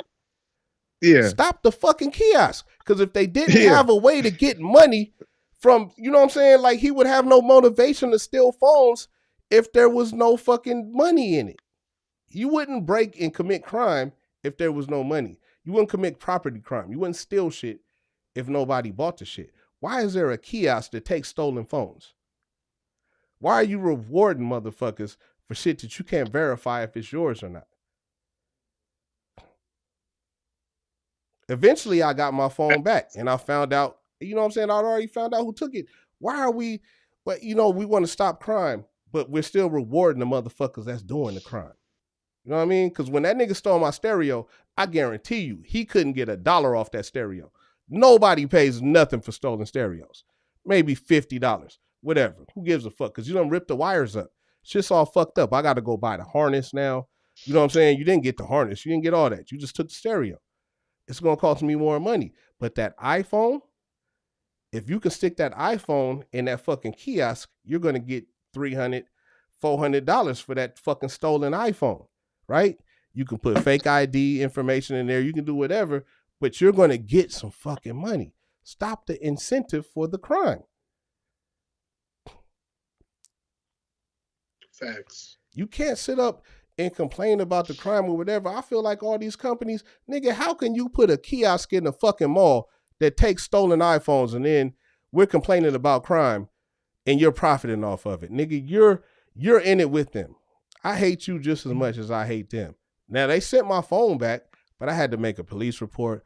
I had to do all type of shit to get my fucking phone back. It shouldn't be a thing. They still got the money, though. They still got the money. It shouldn't be a thing to where you can profit off of crime and then motherfuckers complain about crime. Property crime in Washington, where we live at, is the worst in the country. We're up there with everybody. There's nobody competing with us with property crime. They always try to paint crime to be black people. This ain't niggas doing this shit. This is white people. This is poor people. This is homeless people. This is people with drug problems. Property crime out here is the worst. Just like we talking about with the catalytic converters. This is property crime. I like to talk. Go ahead. I'm sorry. I'm just ranting because I'm mad. As a poor white person with You're not a poor white person, Burns. Shut up. With no options. You've never been a poor white person. You got a pool table at your house. What are you talking about? You don't know, man. I've always been, dude. You don't know. I know you. That's why I volunteered. I know you, nigga. You're not a poor white person. You don't know. I do. We're starting from ground zero. Okay, start from ground zero. As a poor white person, go ahead. You know, just South Tacoma. And really, sometimes it just boils down to going to Round Table and getting those breadsticks. Yeah. Yeah. The cheesy breadsticks? Yep. The the cheesy breadsticks. Slap. Oh, It's like the kid went to hunt, right? I went to Hunt. He went to Wilson, I went to Wilson. ran a little track, you know, went to state. And then he right? started smoking meth and And stealing catalytic converters and car stereos. Nigga, And I'm next- like, fuck and this summer, he has COVID. you. He's He got got COVID. Go to at the Ukraine. local kiosk, dropping Nah, off man. phone. And he got I know to I went way off the rails. I'm sorry. I don't mean to fuck the show up, man. We live. We Let just me talking. ask you a We just question, talking like Sly. I talk, man. I hate that shit though, man. I really do, man. You don't have to defend. You are a good white person, Burns. You are a great white person. You don't do meth. You don't steal car stereos, and you don't steal catalytic converters, man. You don't have to answer for them. You don't got to feel no type of way when I talk about the white person that stole my fucking stereo. Just like I don't have to feel no type of way when motherfuckers say niggas is doing this and that. What it really is right now is a white crime wave going on out here, man. White people, because I'm telling you, you look on to Compton Files and you look at the motherfuckers that's robbing everything and stealing everything, them descriptions don't be us. It's not a racial thing. I think life is a life thing, man. You know, like we all are out there. Everybody's out there. And people are doing whatever the fuck they want to do, and it ain't got nothing to do with race. Sometimes it's just got to do with nothing. Like they're on some shit that you ain't ready for. But it's still us against them, and then my fucking right to defend myself and defend my property and my whatever. I'm still kind of on the wrong side somehow. You know what I mean? Like I'm still. We all get on the wrong side somehow. It's crazy. I mean, if you think about it. I ran from Baldhead Murphy. Why didn't the police just come pick Baldhead Murphy up? They could have, but say they slipped up. They didn't do the right thing. Baldhead Murphy lived by Charlotte. They missed the case. Somebody had a baby's mama at home. That couple kids. Traumatized the whole motherfucking. Maybe there were some cousins involved. He traumatized a whole generation. Older siblings, aunties, uncles, grandmas, grandpas. Somebody out of Baldhead Murphy. There was a third cousin, a 13th nephew got involved. Jeffrey Dahmer, one of his victims escaped, right? He jumped out the fucking window barefoot and all that shit. He went to the police. You know what they did? They took that nigga right back to Jeffrey Dahmer's house. Damn. Jeffrey Dahmer came outside and said, this nigga tripping. They brought him right back to Jeffrey Dahmer. Here you go. Wasn't he killing the kids? No, he was killing niggas. Yeah, kids, like teenagers and shit. Nah, bro. He was killing gay niggas in Milwaukee. Just like Paul Hebert. No,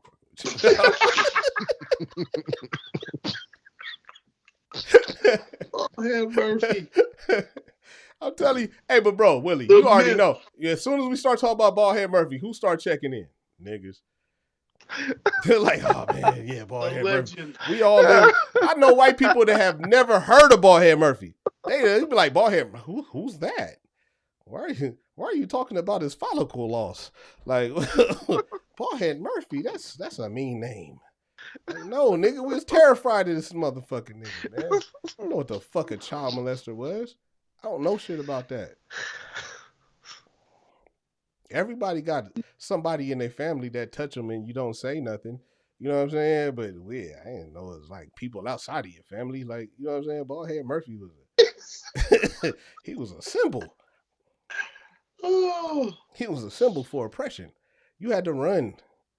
Yeah. You had to run, bro. You know what I'm saying? Like, they would like protect. But yeah, everybody, when somebody would just say his name, you took off. That was just the code to run.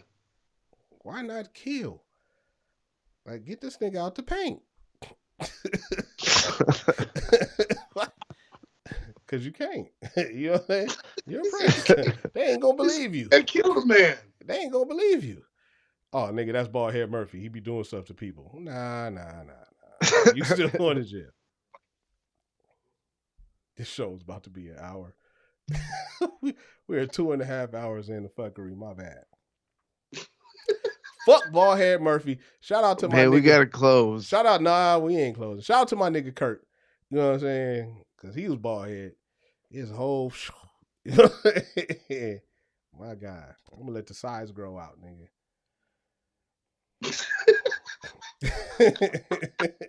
I'm gonna let the size grow out for my nigga. I promise you. Don't look at me. Ballhead Murphy was related to George Jefferson. Man, Ballhead Murphy, man.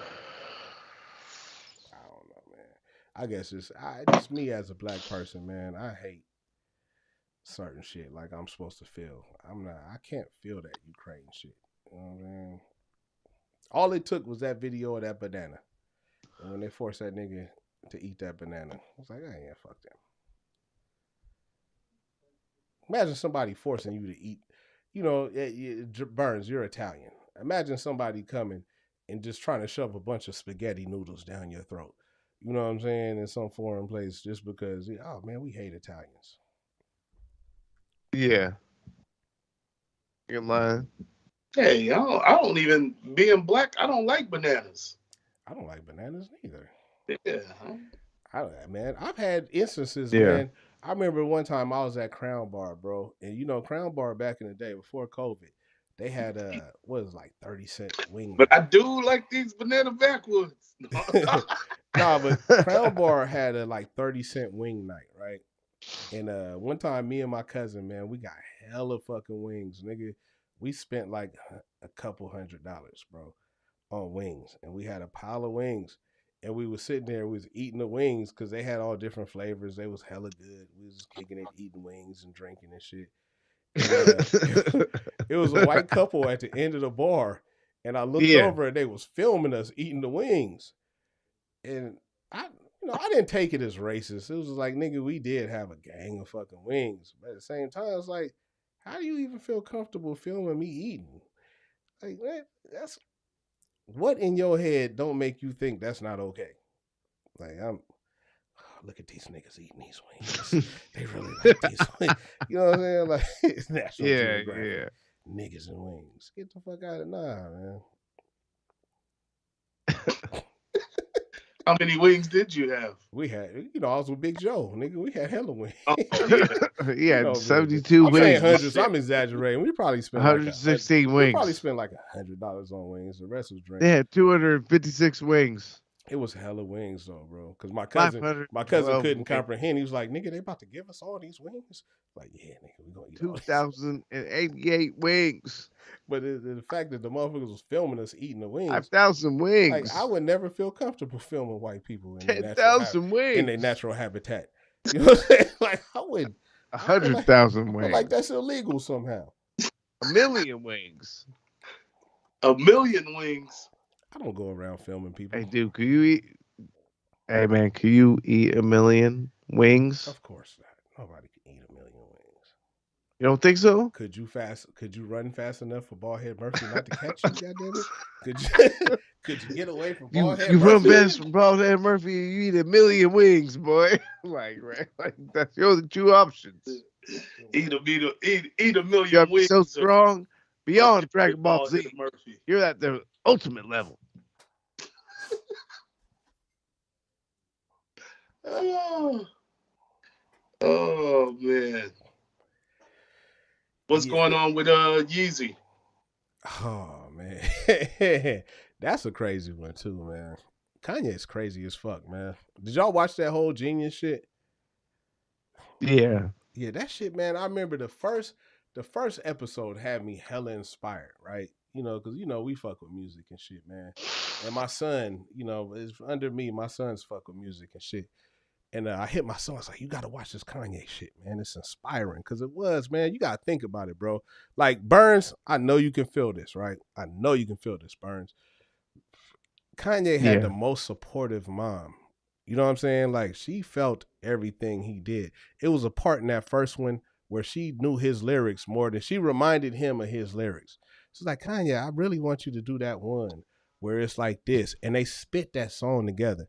Bro, I feel like I was a good rapper. I feel like I was good. You know what I'm saying? But I've never had a moment to where my mom was like, "Keep up with that rapping shit, nigga. You doing good. You're good." Man, he had that so old school soul food cooking like But relationship with his mom. Like think about yeah, it, bro. yeah. Like But you had he that. loved his But you had moms. that Like too, bro, Burns. Your mom's was hella. made me feel real Your good. mom's Like when hella you saw that supportive. shit, you knew that he loved his moms like we all love our Hey, moms. like we all You know love what I our mean? mom. Like Shout he out, had But that everlasting love. You know what I'm saying? outside of out to Burns' love, mom. yeah, shout out to Burns' moms. Outside of love, Yeah, just the fact of beautiful somebody lady. believing in you like that to make you believe in yourself.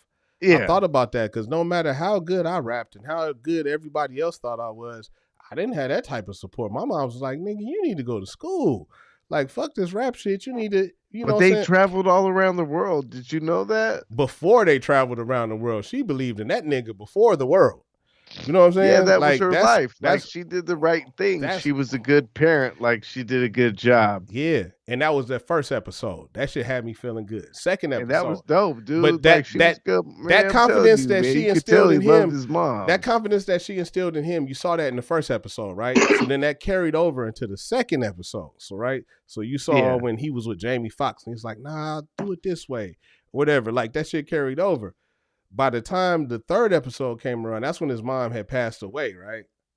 And you can see the difference in that confidence and all that shit not being in your life. You know what I'm saying? Like it just makes it apparent how much that shit really means. You know what I'm saying? Yeah. How much you really got to ride for your kids and how much you really got to be that person that's like, because nobody else is going to be that in life, bro. Nobody else is going to be that. Yeah. By that third episode, it was just that dude that was filming, playing with his kids. Like, oh, yeah, Kanye didn't let me come no more. And I just, I had to do this.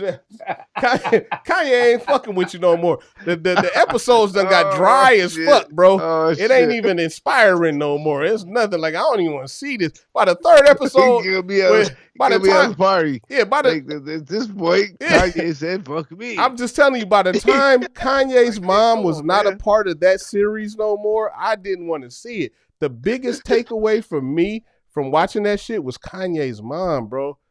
And everybody always said, like, when his mom died, he went crazy. And I see it. I would go crazy, too, if I left that type of support.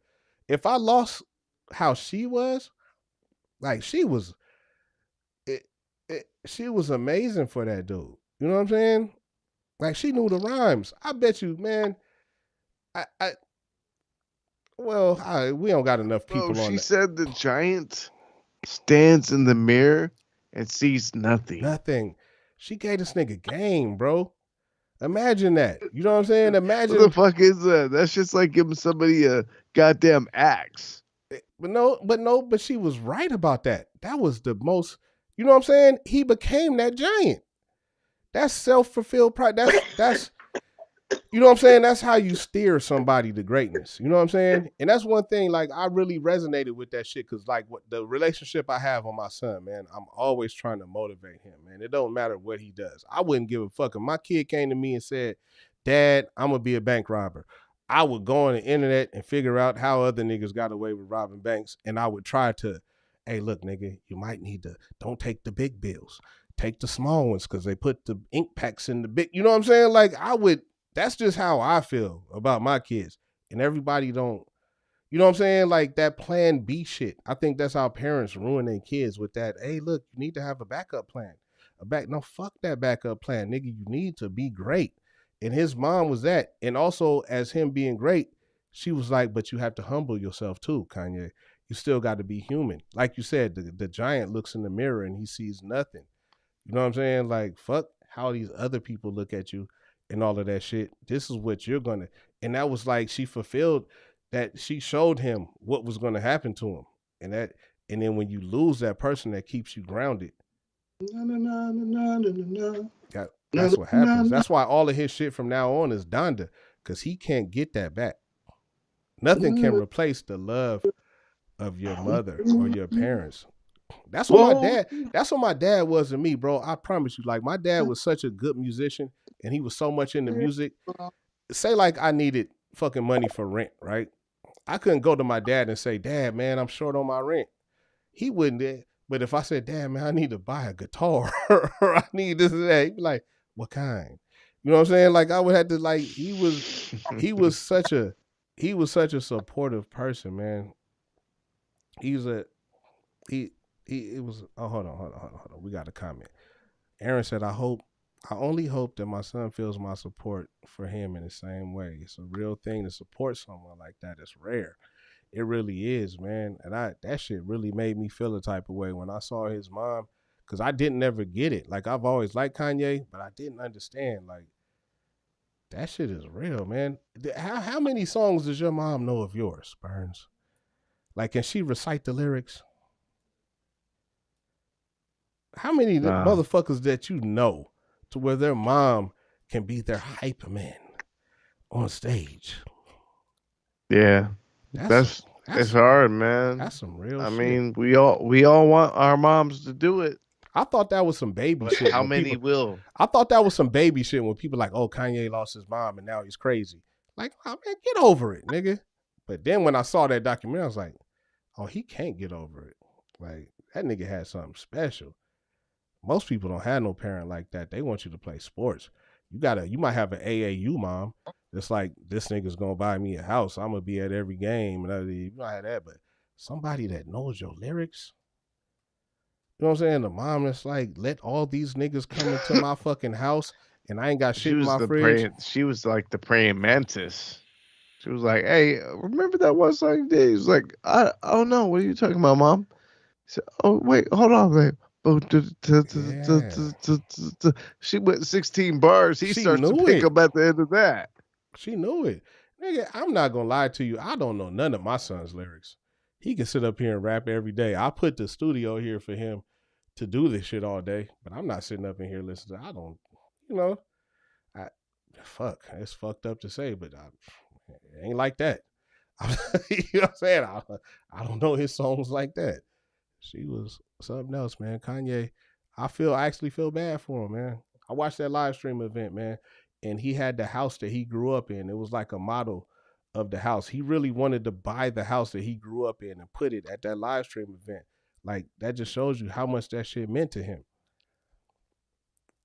When you lose something like that, man, and I really, really, really feel it, man, because that was my pops, man. My dad, Willie, you know what I'm saying? Yeah. Like, my dad, man, it was all about, like, I could always go to my pops, man. Anything I was doing in music or doing whatever, like, he was the one. Like, yeah, nigga, Yeah. you good.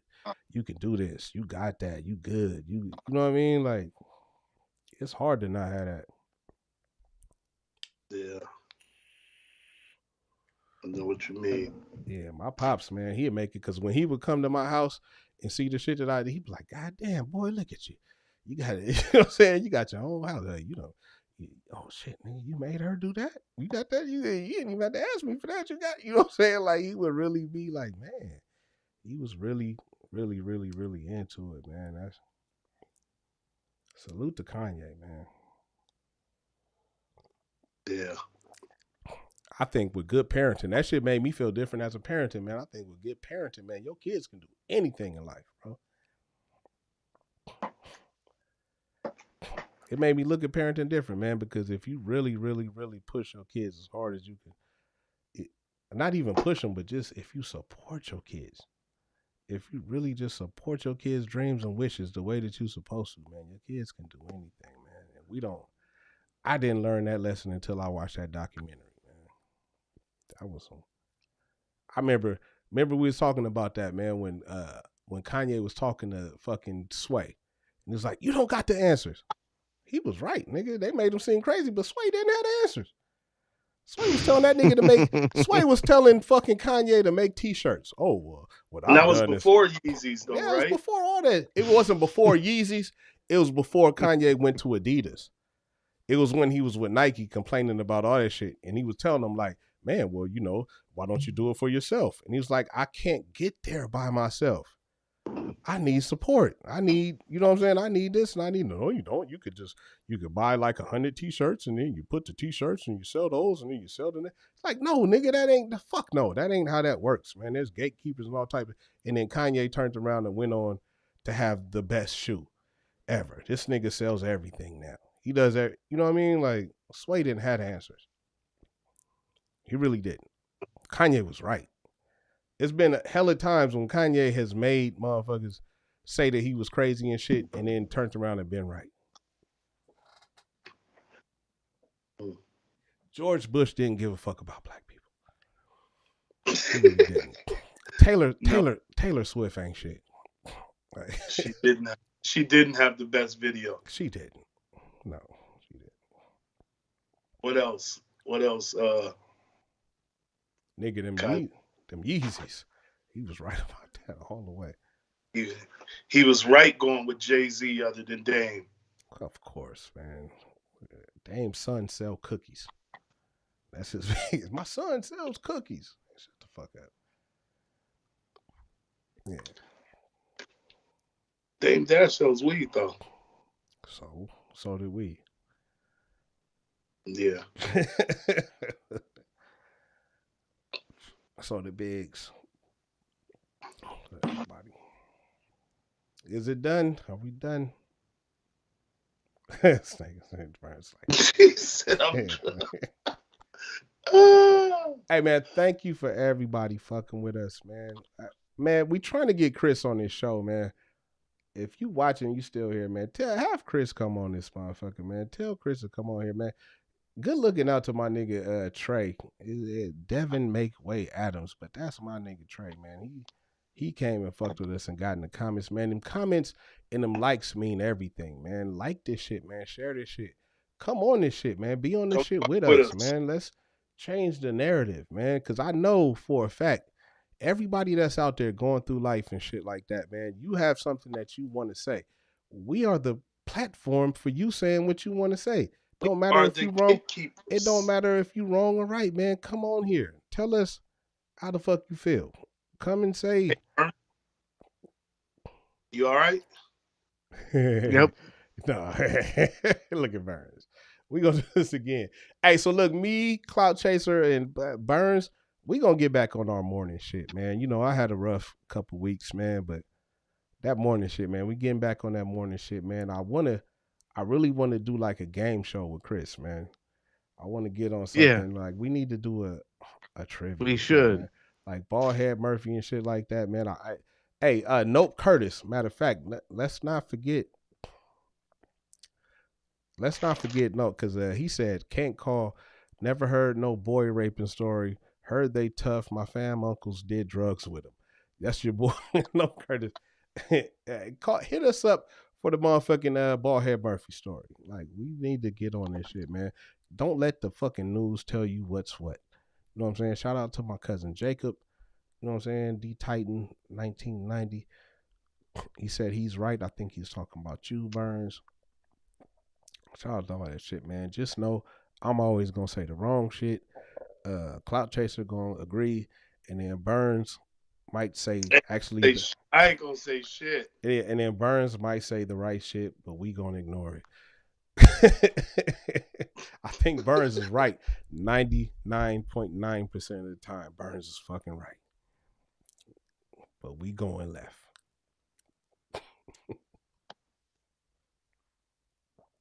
Yeah. You all right, Burns, man? You good?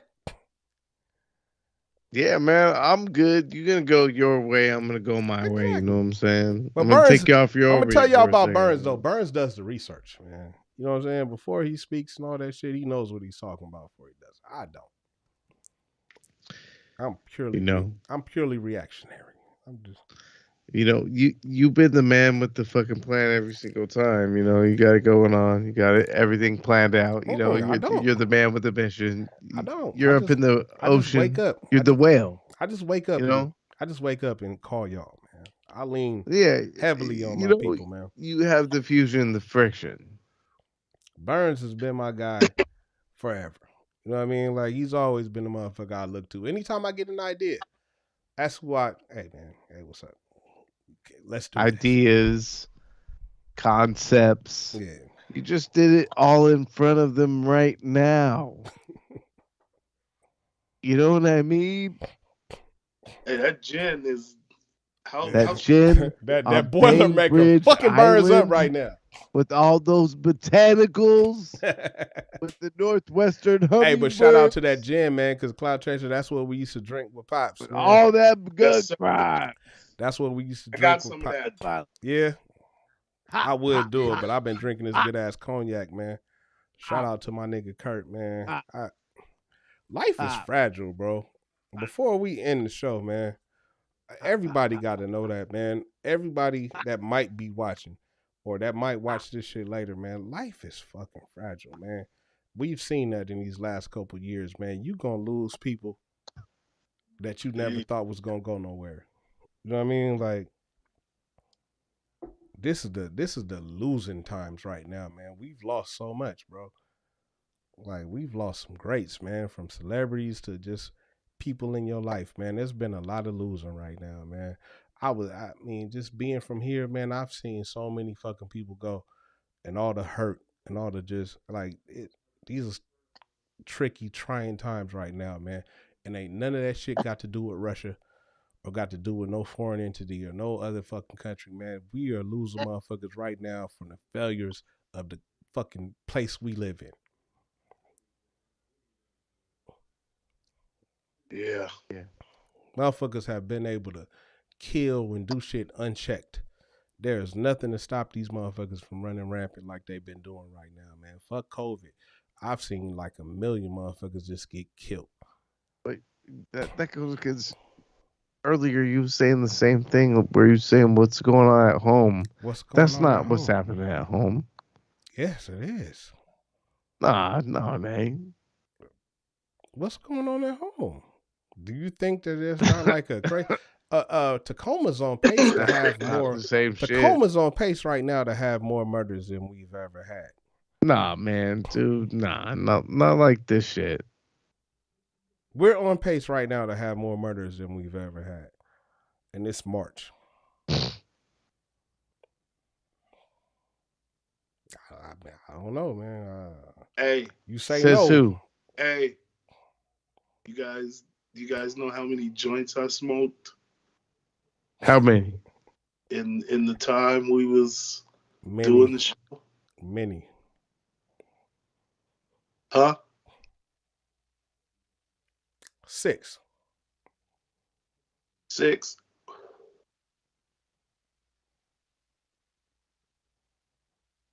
Yeah. Right.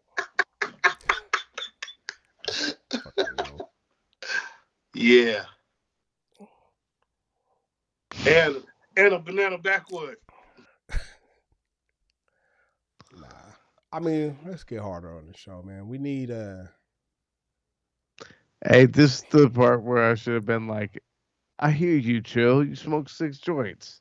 But I smoked 14 blunts and drank 3 half gallons. Well, we threw a whole masquerade on the fucking cruise ship all the way to Hawaii. And we went to the volcano drips in 1 weekend and came back home.